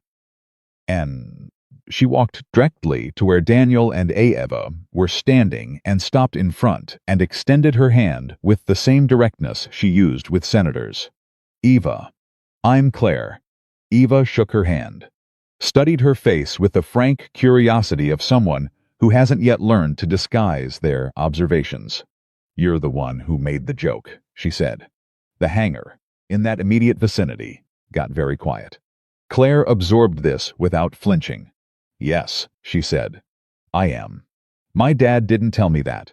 I figured it out." Eva tilted her head slightly. "He said you said sorry." "I did. He accepts apologies if they're real." Eva said, "Are you real?" Claire looked at her for a long moment. Something moved across her face, not performance, not calculation, just something honest and a little raw. "I'm working on it," she said. Eva considered this answer with great seriousness. Then she nodded. "That's the right answer," she said. Daniel put his hand on his daughter's shoulder. "Go find Torres," he said. "She'll show you the monitoring station." Eva went. Claire watched her go. "She's remarkable," Claire said quietly. "I know," Daniel said. Patterson arrived at 6:45 with his checklist and his coffee and the specific grounded energy of a man who has done his job completely and knows it. He greeted Daniel with a nod that carried significant weight in its brevity, the way nods do between people who have been through something together. He greeted Claire with a longer conversation about the morning's protocol. He greeted Galway when the pilot arrived at 7, with a handshake and a 15-minute walkthrough of the finalized flight plan. The flight demonstration was scheduled for 10 o'clock. Between 7 and 10, the hangar operated with the productive intensity of a team that had been through the fire and come out knowing each other better. Engineers ran final checks without the bureaucratic friction that had characterized every previous milestone. Torres called out readings with the confidence of someone whose observations were documented and formally valued. Galway prepared with the focused specificity of a pilot who has been given honest information about his aircraft and intends to honor that honesty with precise execution. Dressler arrived at 8:30 and stood near the perimeter of activity with a tablet, maintaining the specific stillness of a man who has recalibrated his approach and is not yet sure what it looks like. He did not insert himself, Heeb observed. Whether this was wisdom or strategy, Daniel couldn't tell, and he'd decided it wasn't his job to determine the difference. At 9:15, something happened that nobody had anticipated. A black SUV pulled up to the hangar's main entrance.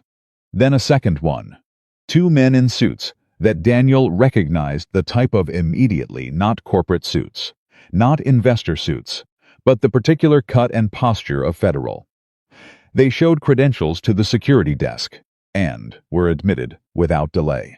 They walked directly to Patterson. One of them handed Patterson a document. Patterson read it. His expression did not change, which, in Patterson's case, meant something had changed significantly.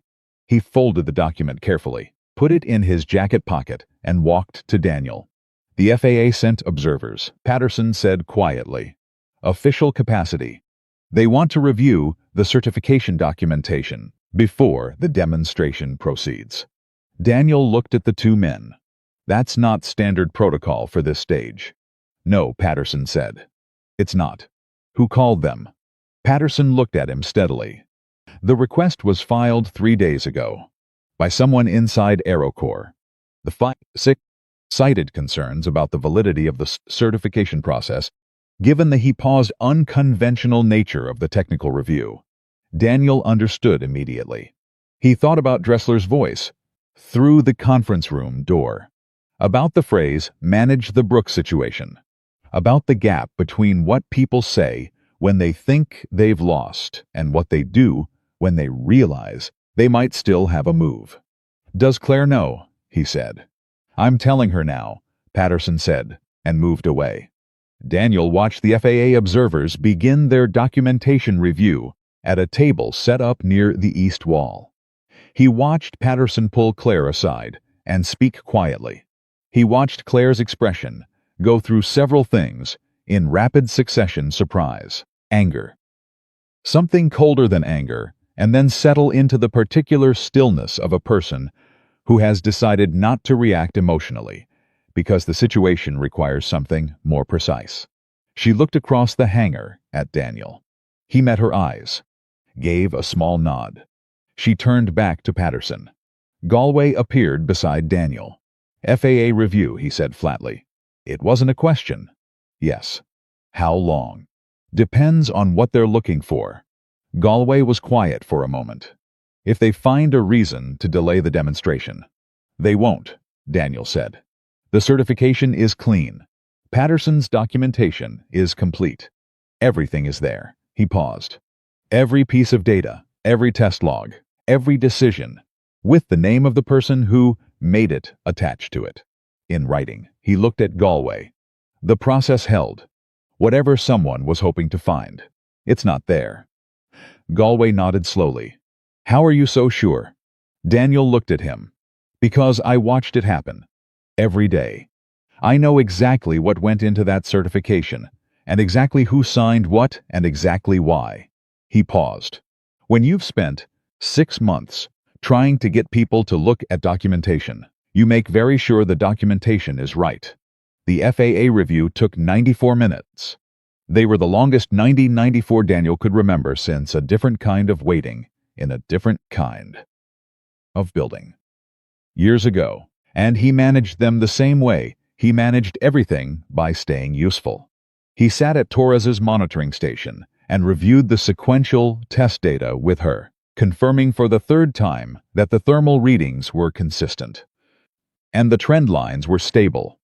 He answered 2 specific technical questions from one of the FAA observers who had found his name in the certification documentation as technical consultant, and asked, with professional neutrality, whether he was available to speak to the hydraulic temperature analysis. He was available.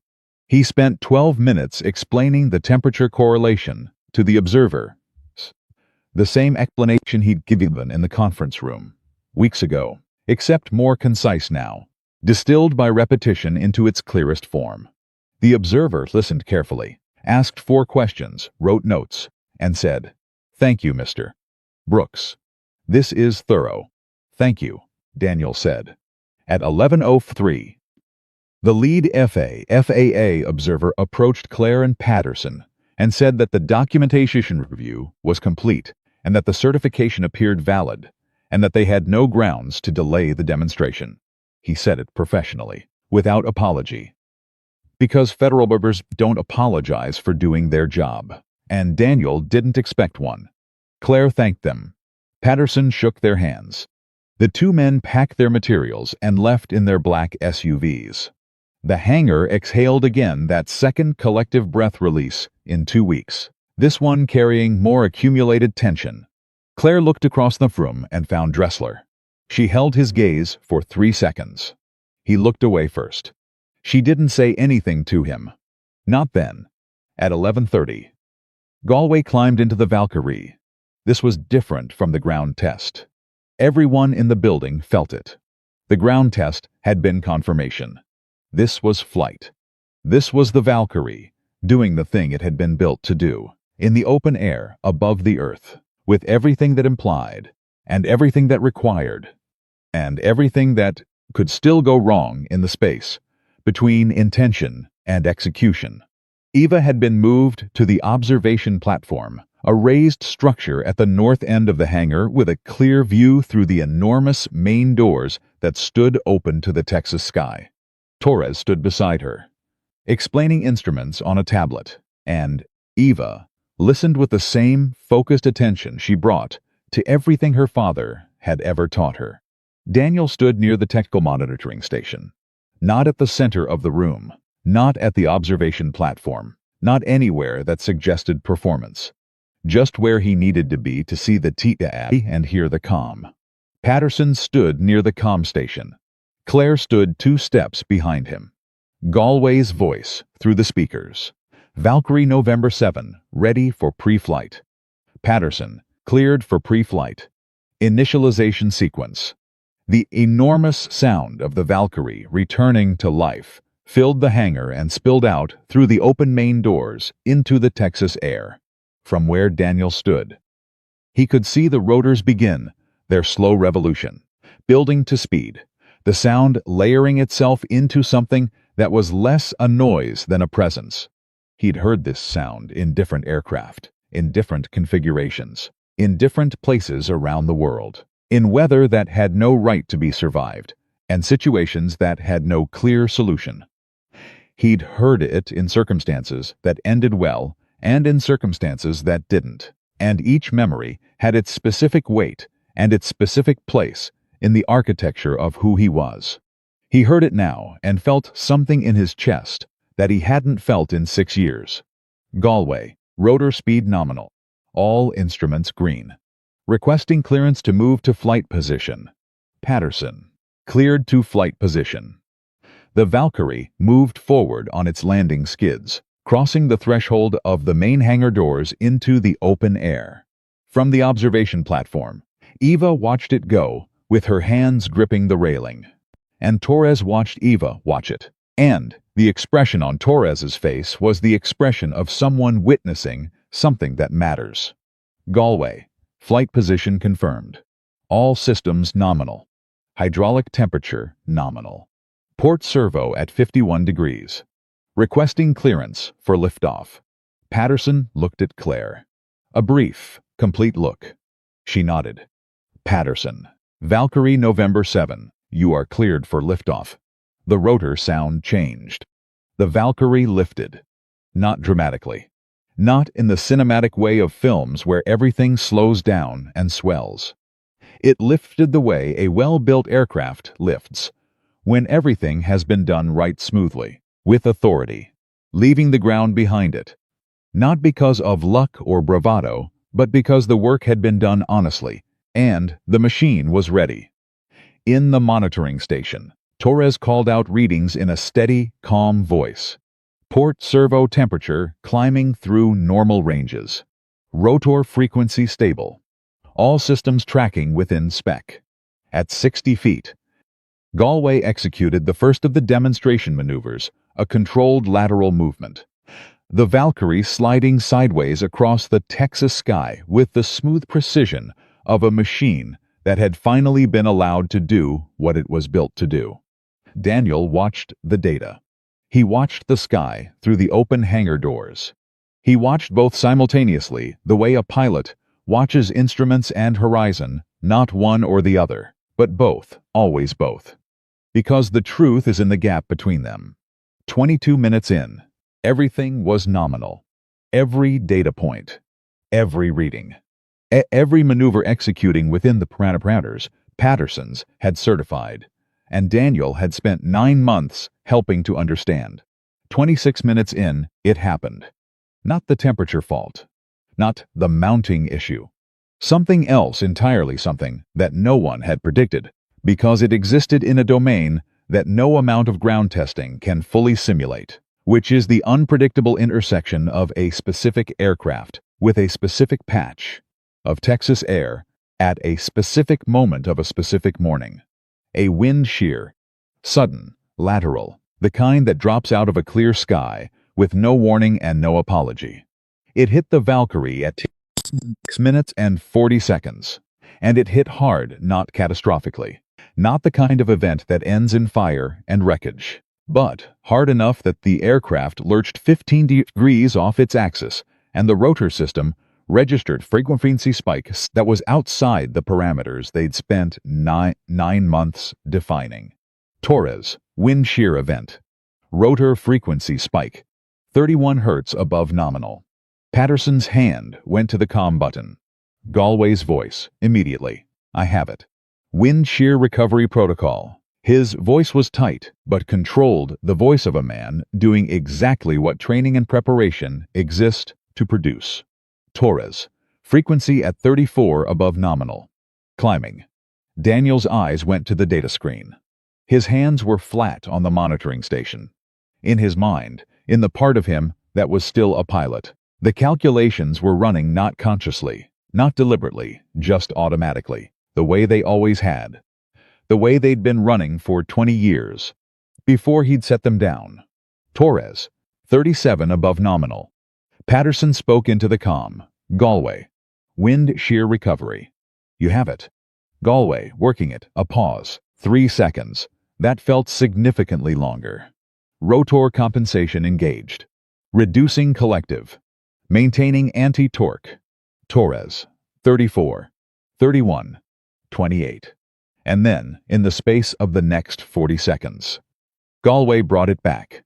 Methodically. Precisely. Using exactly the techniques that a thorough briefing and an honest understanding of his aircraft made possible. The frequency spike descended. 20, 15, 8, 4. Within nominal. Torres, rotor frequency nominal. All systems stable. Wind shear event resolved. The room didn't exactly cheer.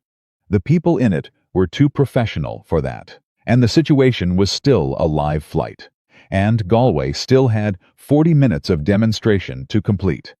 But something moved through the hangar, a collective release, a shared recognition, the specific relief of watching someone handle something difficult. Exactly right. Patterson pressed the comm. Galway. Excellent recovery. Galway. Thank the briefing documents. And the man who wrote the honest ones. Daniel stood very still. His hands were still flat on the monitoring station. He was aware of his own heartbeat in the way you become aware of it when the adrenal response fades and the body reasserts its ordinary rhythms. He looked up from the data screen. Across the hangar, from the observation platform, Eva was watching him.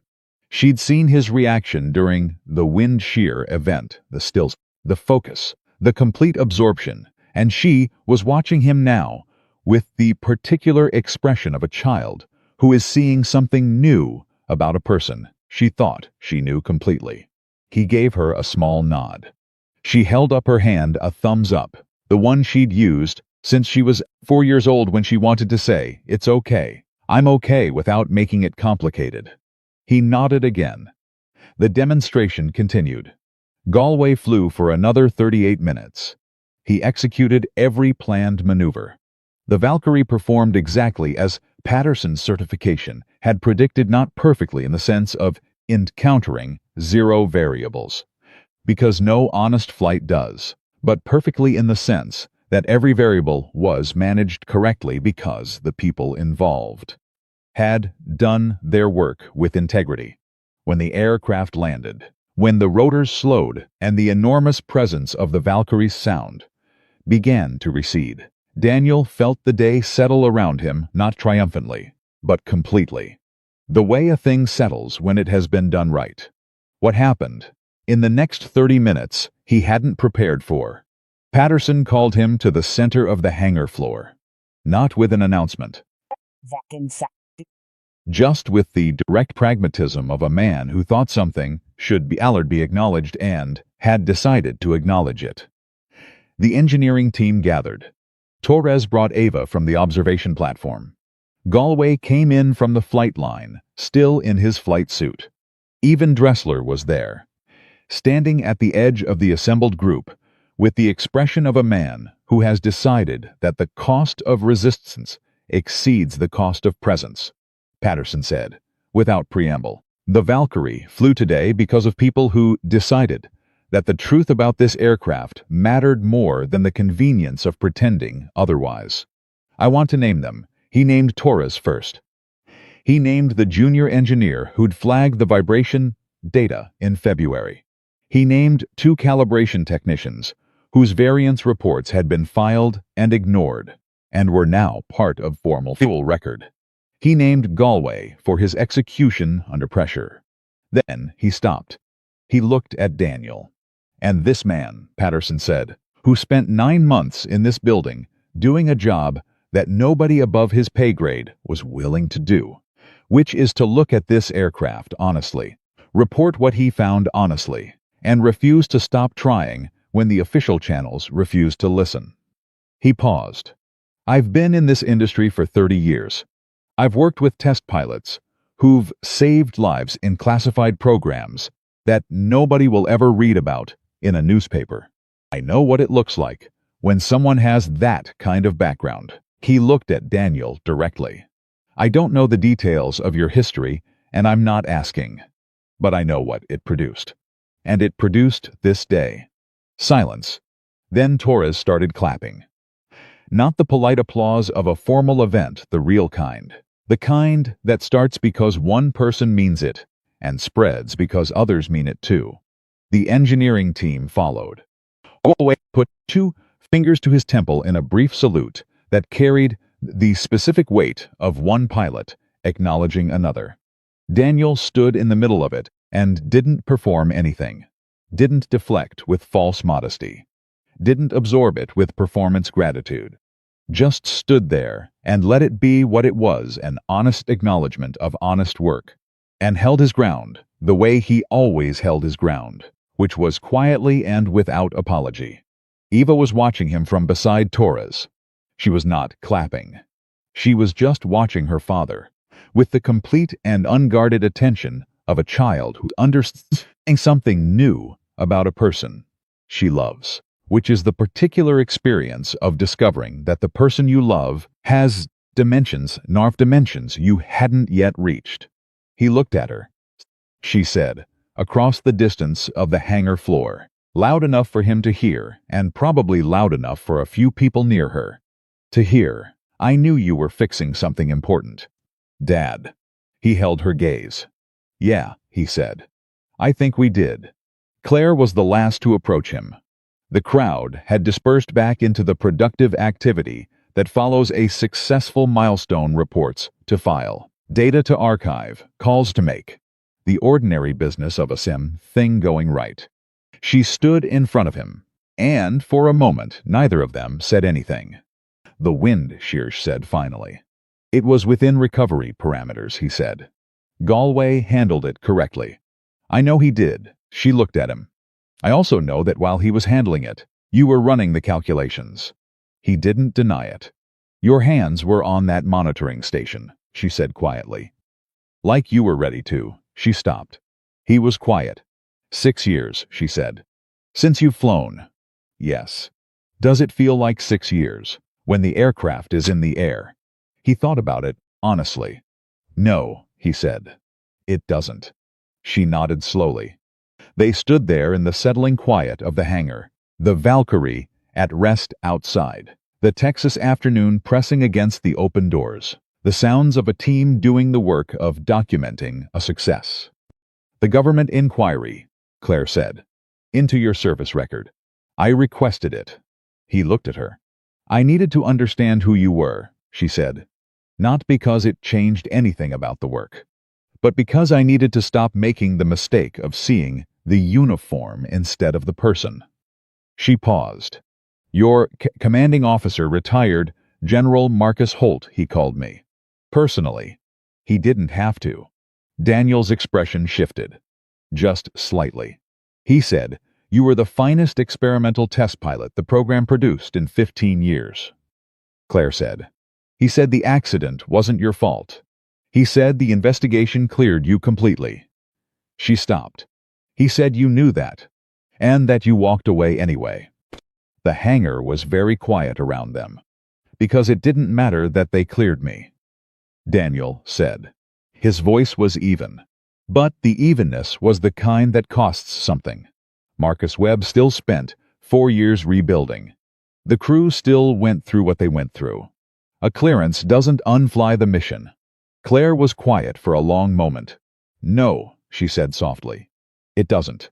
They stood there together, in the complicated, honest space between what happened and what couldn't be undone, which is a space that people who have actually lived their lives know well, and people who haven't yet sometimes mistake for weakness.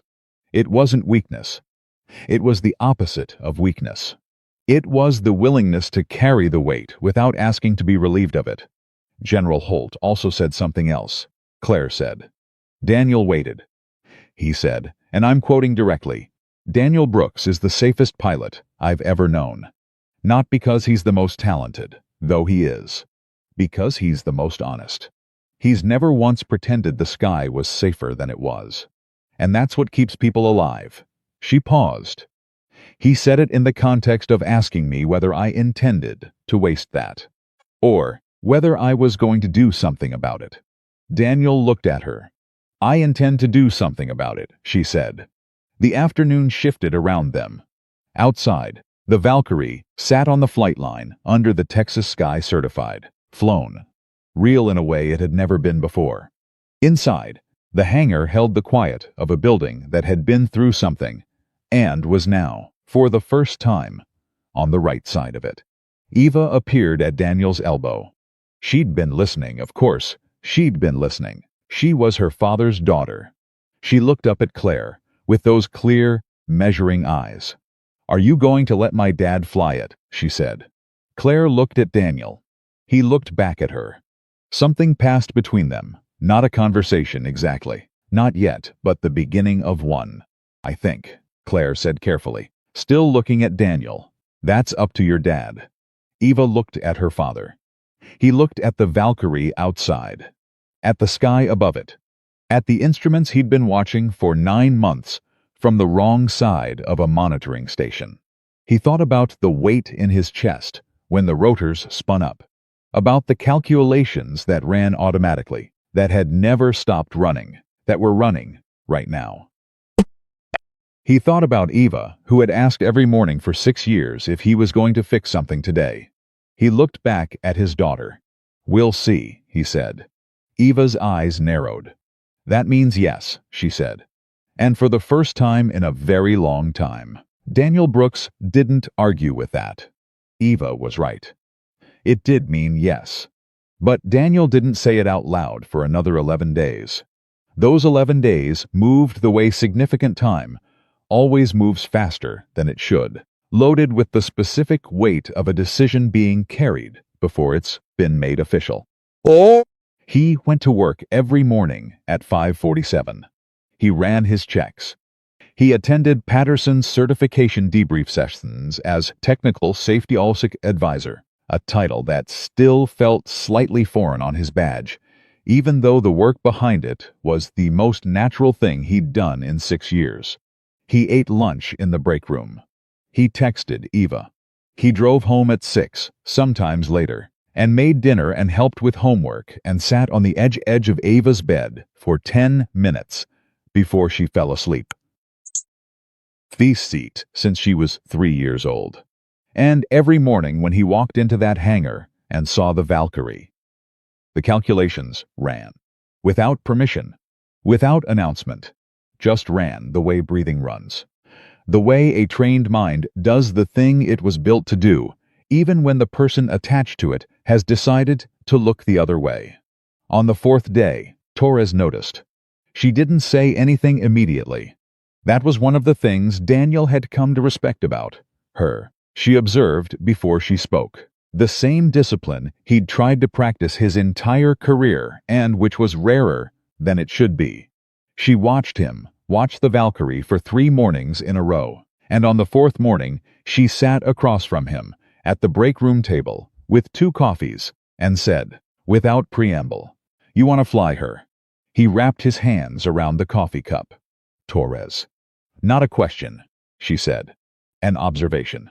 I'm pretty good at those now." She looked at him steadily. "Does Claire know?" "She's offered the possibility." "That's not what I asked."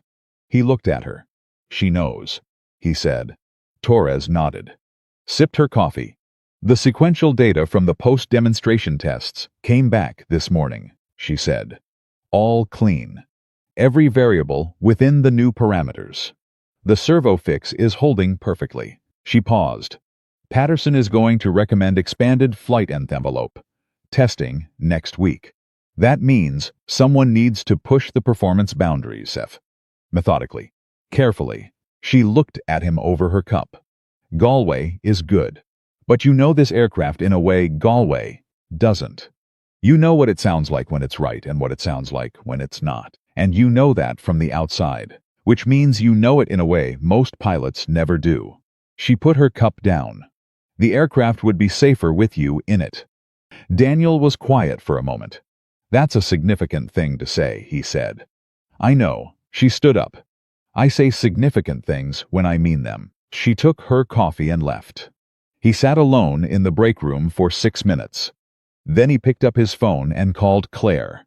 She answered on the first ring, which told him she'd been waiting for the call, without saying she was waiting. "I'll do the envelope testing," he said. Silence. "Second. 2. "Okay," she said. Her voice was steady. But he heard something beneath the steadiness, not relief exactly. Something more complex than relief. The particular feeling of a decision that has been right all along finally being made. When Patterson clears it, I'll work with Galway on the transition. He should be primary pilot on the commercial demonstrations. I'm not here to take his program. I'm here to make the aircraft as safe as it can be before it gets to him. He'll agree to that," Claire said. "He respects you. He's a good pilot," Daniel said. "He deserves an honest aircraft." Another pause. "Daniel." Her voice shifted not to the CEO frequency, not to the professional register, but to something quieter and more direct. The frequencies she used now when they were talking about what was actually true. "Are you ready? Not for the aircraft. For you." He thought about it. He thought about the last time he'd sat in a cockpit, 6 years ago, in a different aircraft, in a different state, with a different life around him. He thought about the weight of that departure, how he'd climbed out and walked away, and told himself it was for Eva, and it had been for Eva. But it had also been for the other reason, the one he'd spent 6 years carrying, and 4 of those years refusing to name. "I don't know," he said. "But I think that's the honest answer. And the honest answer is the one I'm going to give you." She was quiet for a moment. "That's the right answer," she said. And then, more softly, "Eva said that's your thing. The right answer." He almost smiled. "She talks too much. She's wonderful," Claire said. He was quiet. "Come see me this afternoon," she said. "Patterson will be there. We'll talk through the timeline." "All right. And Daniel," she paused. "Thank you for calling." He put the phone down, looked at the hangar through the break room window. The Valkyrie was visible at the far end, quiet, waiting, already known to him in a way that was hard to articulate to anyone who hadn't spent months learning a machine from the outside in. He picked up his coffee and went back to work. The meeting with Patterson that afternoon was the most honest-ticked conversation Daniel had been part of in an AeroCorps Corps conference room, which was saying something given the conferences of the past several weeks.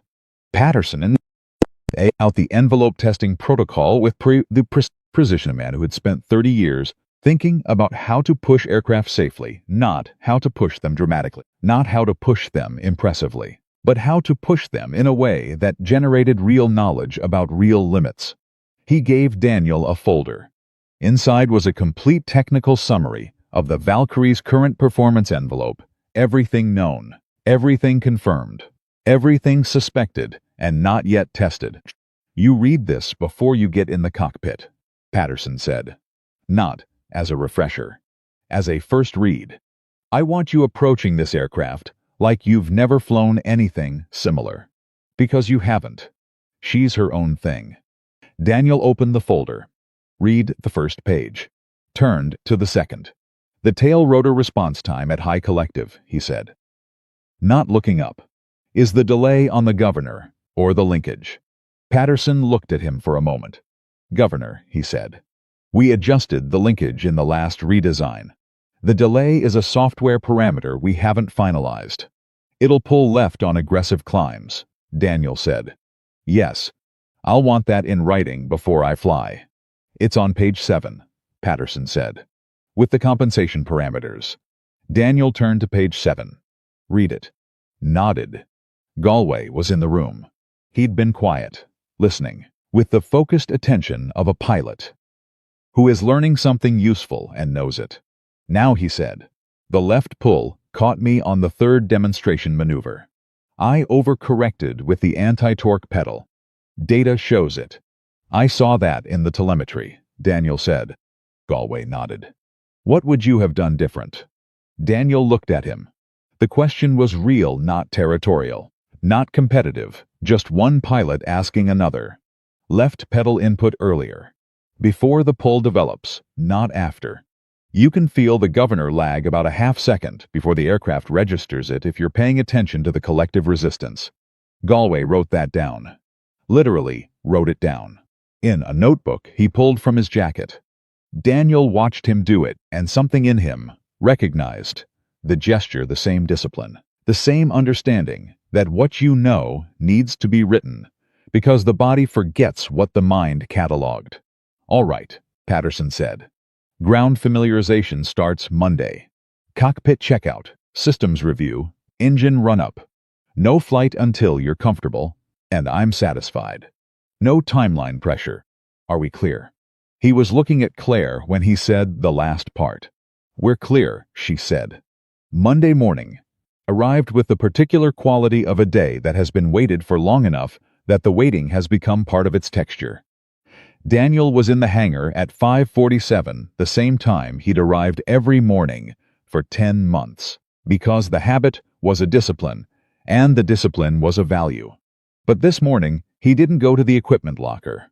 He went to the flight planning room, where Patterson had laid out the Valkyrie's technical documentation, in a sequence designed for a pilot beginning familiarization.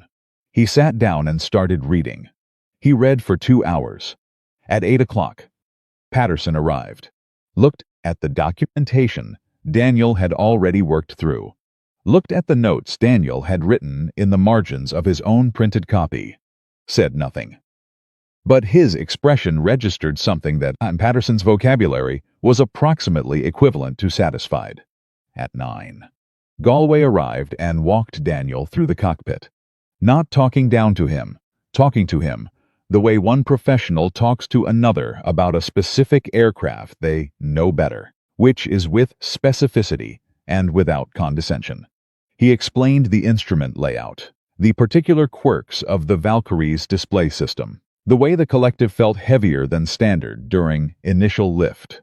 Daniel listened, took notes, asked questions, real questions, the kind that showed he'd read the documentation, and was working at the level above it.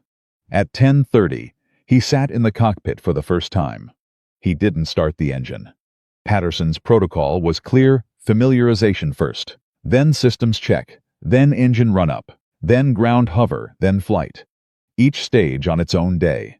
No rushing. No performance. He sat in the seat and put his hands on the controls and felt the aircraft around him. 6 years. It wasn't like riding a bicycle, that particular cliché. It wasn't like any single thing. It was like returning to a language you'd stopped. Speaking the words were there, the grammar was there. The entire architecture of it was there. But there was a moment of reorientation required. A moment of letting the self remember what it knew before the self was told to forget. He sat there for 40 minutes. Patterson sat in the co-pilot seat and talked him through the instrument layout, not because Daniel needed the tutorial, but because the conversation was useful, a way of activating the knowledge through articulation. They talked about the Valkyrie, the way people talk about something they both care about accurately, with technical precision, and without unnecessary drama. When Daniel climbed out at 11:15, Torres was waiting near the hangar door. "How was it?" she said. He thought about how to answer that. "Like remembering something," he said. "Something I thought I'd let go." She nodded. "Sometimes letting go and setting down are different things," she said. He looked at her. "That's a significant thing to say." She almost smiled. "I say significant things when I mean them." He did smile at that, just briefly. Then he picked up his notebook and went to find Patterson. The ground hover happened on Thursday. This was the moment the hangar had been building toward, without saying so. The moment everyone in the building understood was the real test, not of the aircraft, but of the man who'd spent 10 months learning it from the outside. People found reasons to be in the hangar at 9 in the morning. Torres was at her monitoring station. Patterson's was at the comm. Galway stood near the east wall with his arms folded, and the focused expression of a pilot watching another pilot, which is its own specific category of attention. Eva was not there. Daniel had made that choice deliberately. He'd told her the night before that the ground test was scheduled, and she'd looked at him with those clear eyes and said, "Do you want me there?" And he'd said, "Not this one." And she'd understood the way she always understood the things that didn't need explaining, and said, "Okay, text me after." At 9:03, Daniel started the Valkyrie. The sound was different from inside. He'd known it would be. He'd known it intellectually, from memory, from the abstract understanding that inside and outside are fundamentally different acoustic and kinesthetic experiences. But knowing it and feeling it were different things. And for the first 3 seconds, he simply sat with the feeling of the aircraft around him, as it powered to life, vibrating with the specific frequency of its own existence. Then the training took over. Not thought training. The distinction is absolute for a pilot. Thought is slow and sequential and appropriate for planning. Training is immediate and parallel and appropriate for flight. His hands moved through the startup sequence with a precision that had not degraded in 6 years, because some kinds of knowledge live below the level at which time can reach them. Patterson, all systems nominal. Ground hover cleared when ready. Daniel applied collective. The Valkyrie lifted not dramatically, not quickly, just the controlled application of lift that brought the aircraft off the ground to hover altitude, 6 feet above the hangar floor, while the monitoring systems tracked every parameter in real time. And it was there, in the hover, that he felt it, not the aircraft. The aircraft was exactly what he'd expected, slightly heavy on the collective. The left pull on the tail rotor, precisely where he'd predicted. The governor lag exactly as documented. The aircraft was honest. The aircraft was ready. What he felt was himself. The absence of doubt. Not confidence, in the performance sense, not the confidence of someone telling themselves they could do something. The deeper kind. The kind that comes from having been true to what you know and honest about what you don't know, and willing to do the hard work that lives in the gap between them. The kind that comes from 9 months of mopping floors and filling notebooks and refusing to be silent, because silence had a cost he was not willing to pay. He hovered for 7 minutes. He executed 3 lateral movements, a controlled rotation, and a precision landing that brought the skids down within 3 inches of the marked target. When he shut down the engine and climbed out, the hangar was quiet. Patterson said clean. That was all. That was everything. Galway walked over. Looked at Daniel. Left pedal input before the pull, he said. Half-second early, Daniel said. Exactly where you'd feel it. Galway wrote it in his notebook without being asked. Claire was in the back of the hangar. She'd come in quietly, 30 minutes before the hover test, and stood at the edge of the observation area. We could see without being immediately visible. Daniel had known she was there. He'd seen her arrive in his peripheral vision and registered it and returned his focus to the aircraft, which was the right order of priorities. She walked to him now, stopped 2 feet away. She looked at him for a long moment. Not evaluating, she'd stopped evaluating him a long time ago. Just looking at him. The way you look at someone when you're trying to hold on to the moment accurately, because you understand it's significant. "How do you feel?" she said. "Like I've been carrying something I thought I had to set down," he said. "And I just discovered I never had to set it all the way down. Just carry it differently." She was quiet. Then, what changed? He looked at her. Really looked. The way he looked at things he needed to understand accurately. "You," he said. "This place." What it became. He paused. "Eva." He paused again. "Myself." Claire held his gaze. The honesty in the moment was complete, not romantic, not performed. Just 2 people, in a hangar, where something important had happened, telling the truth about what it meant. "I want you to fly the full envelope test," she said. "Not just as technical support. As lead test pilot. Your name on the documentation. Your call on every boundary." He understood what that meant. What it would mean publicly, professionally. In the reconstruction of a history that had been classified and set aside. "That's a significant thing to offer," he said. "I know." "Is it yes?" "It's yes." She nodded once. "Then we'll make it official Monday." What happened on Monday was not what either of them expected. The official announcement of Daniel's appointment as AeroCorps lead test pilot for the Valkyrie flight envelope program went out as an internal memo at 8 in the morning, prepared by Claire's office with Patterson's endorsement and Galway's documented support. It was thorough, it was professional, and it was supposed to be internal. By 10:15 it had leaked. Not maliciously, or rather, not strategically.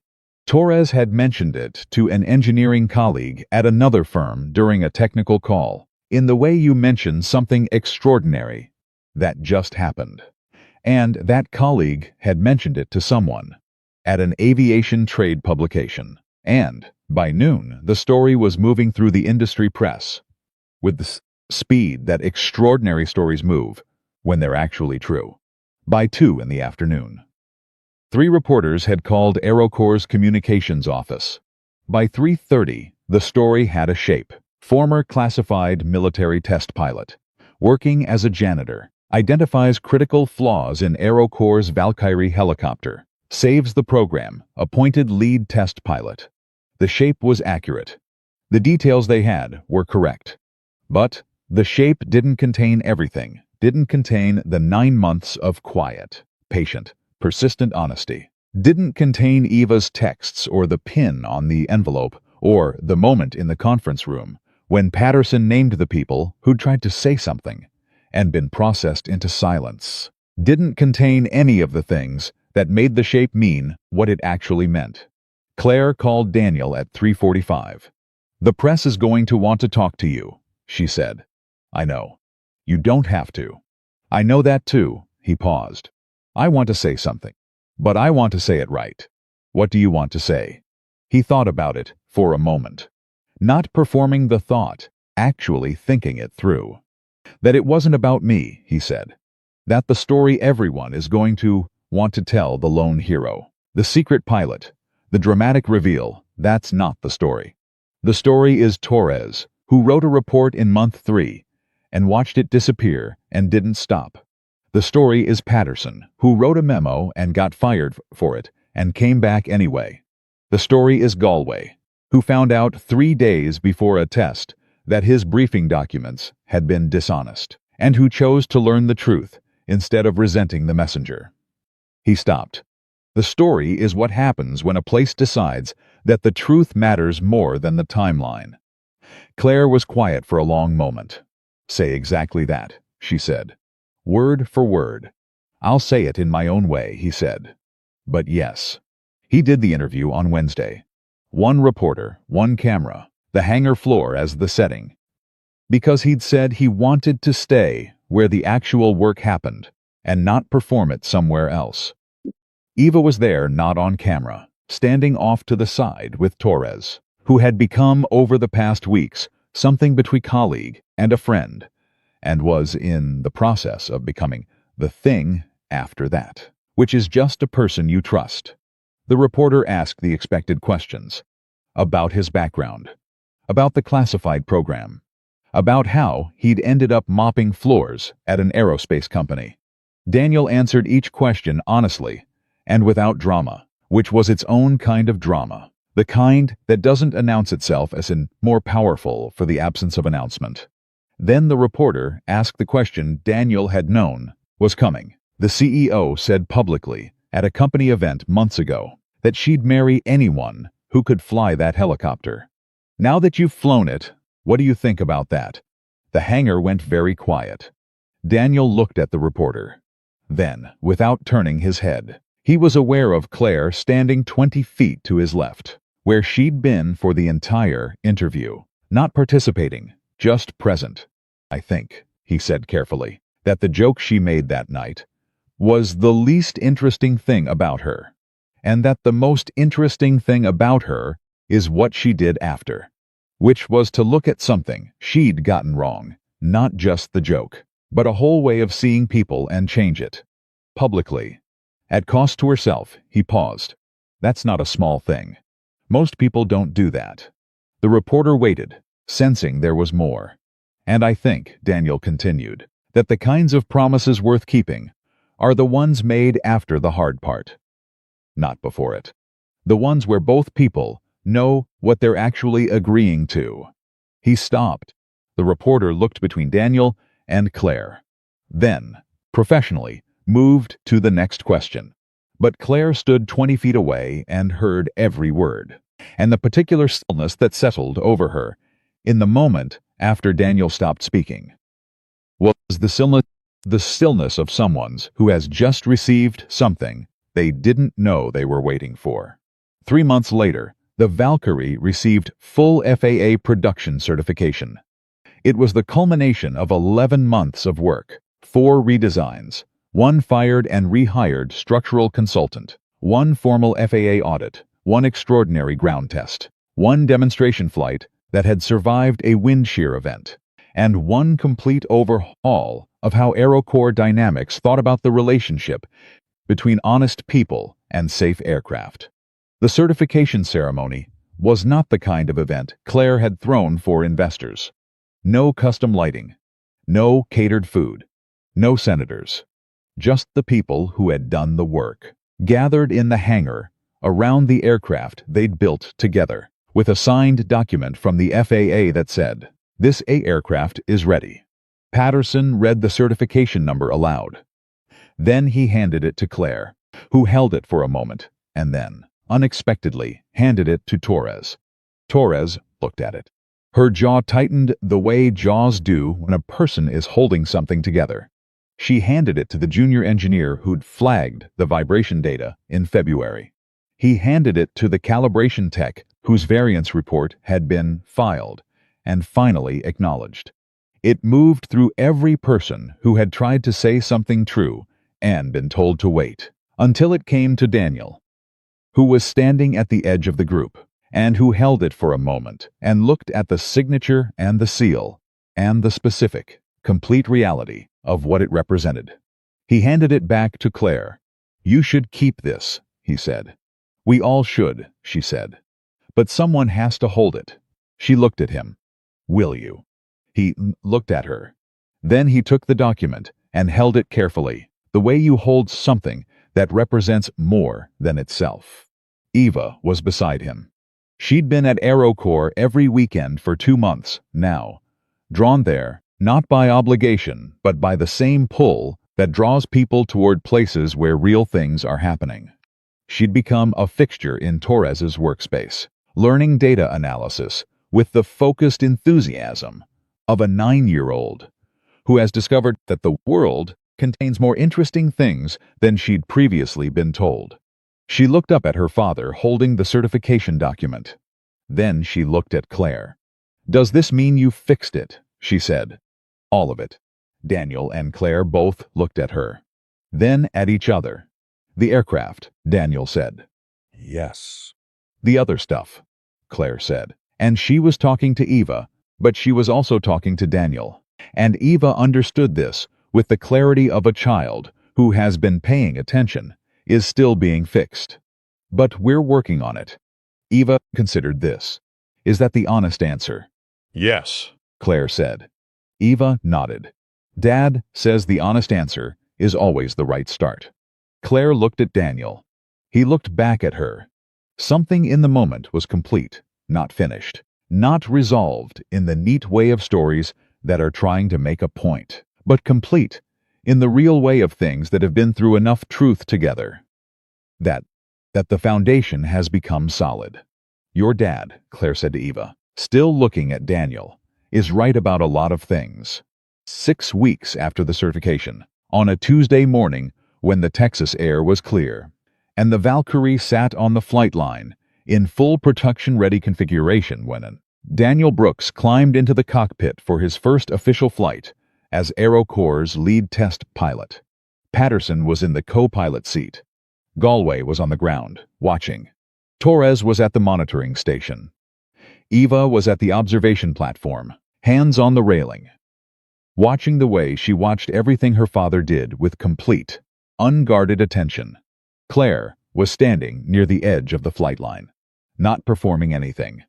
Just there. Startup sequence. Rotors to speed. Instruments nominal. Port servo at 50 degrees and climbing through the normal range, watched, documented, understood. No longer a secret kept by the aircraft from the people responsible for it. Patterson, ready when you are. Daniel looked out at the Texas sky. Clear. Wide. Honest in the way that open sky is honest. It doesn't promise anything except exactly what it is. He keyed the comm. "Valkyrie November 7, he said. "Ready for liftoff." He applied collective. The aircraft rose. Clean. Steady. True to everything he'd come to understand about it. In 10 months of patience and honesty. And refusing to accept the comfortable lie over the uncomfortable truth. He climbed to 1,000 feet and held the hover and looked out at Texas and thought, simply, clearly, this is the work. This is what it's for. Not the recognition, not the title, not the resolution of the joke that started all of it. The work. The careful, honest, patient work of understanding something well enough to trust it with the weight of everything that matters. He thought about Marcus Webb, and he hoped not with guilt now, but with the clear and genuine hope of someone who has done what they could do that wherever Marcus Webb was. He'd found the same thing. That the work had given him back what the accident had taken. That the rebuilding had produced something worth having.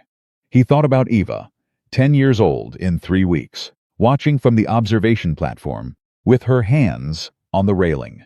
He thought about the question she asked every morning.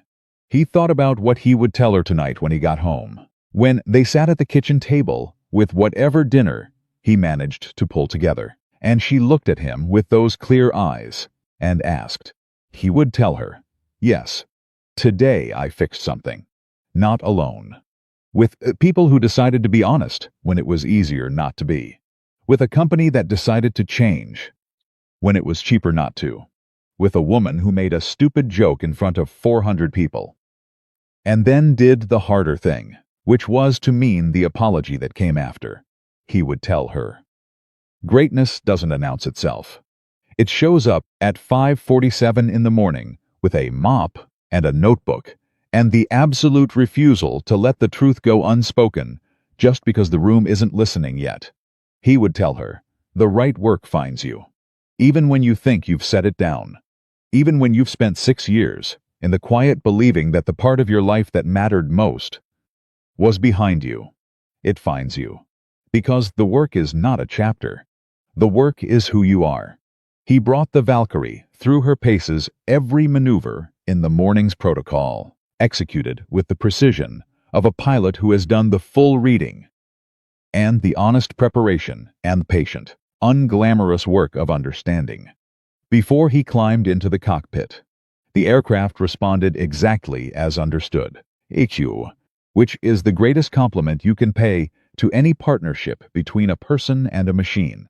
When he landed, 2 hours later, the skids touched the ground with the same precision as the ground hover within 3 inches of the target, because exactness is a value and not an accident.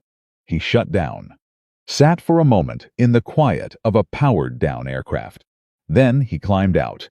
Eva was already moving across the flight line before he had both feet on the ground.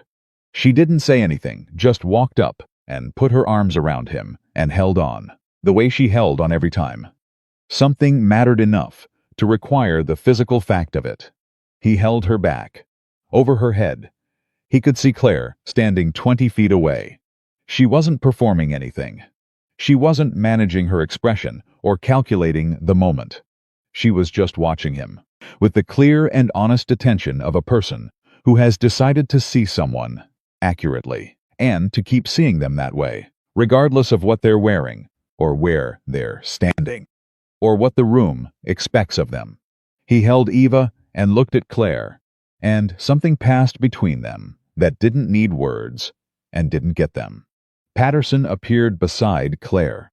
He said something to her quietly. She smiled, the real one, and looked back at Daniel. Daniel looked back.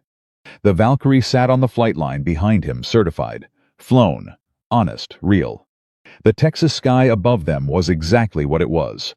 And Daniel Brooks, who had spent 10 months being invisible, so that the truth could become visible, who had carried a notebook and a pen, and the patient conviction that the right thing done quietly is still the right thing. Daniel Brooks stood on the flight line with his daughter's arms around him, and his eyes on a woman who had learned to look at the world differently because of what he'd refused to pretend. And he understood, with the complete and uncomplicated clarity that comes only from having done the actual work.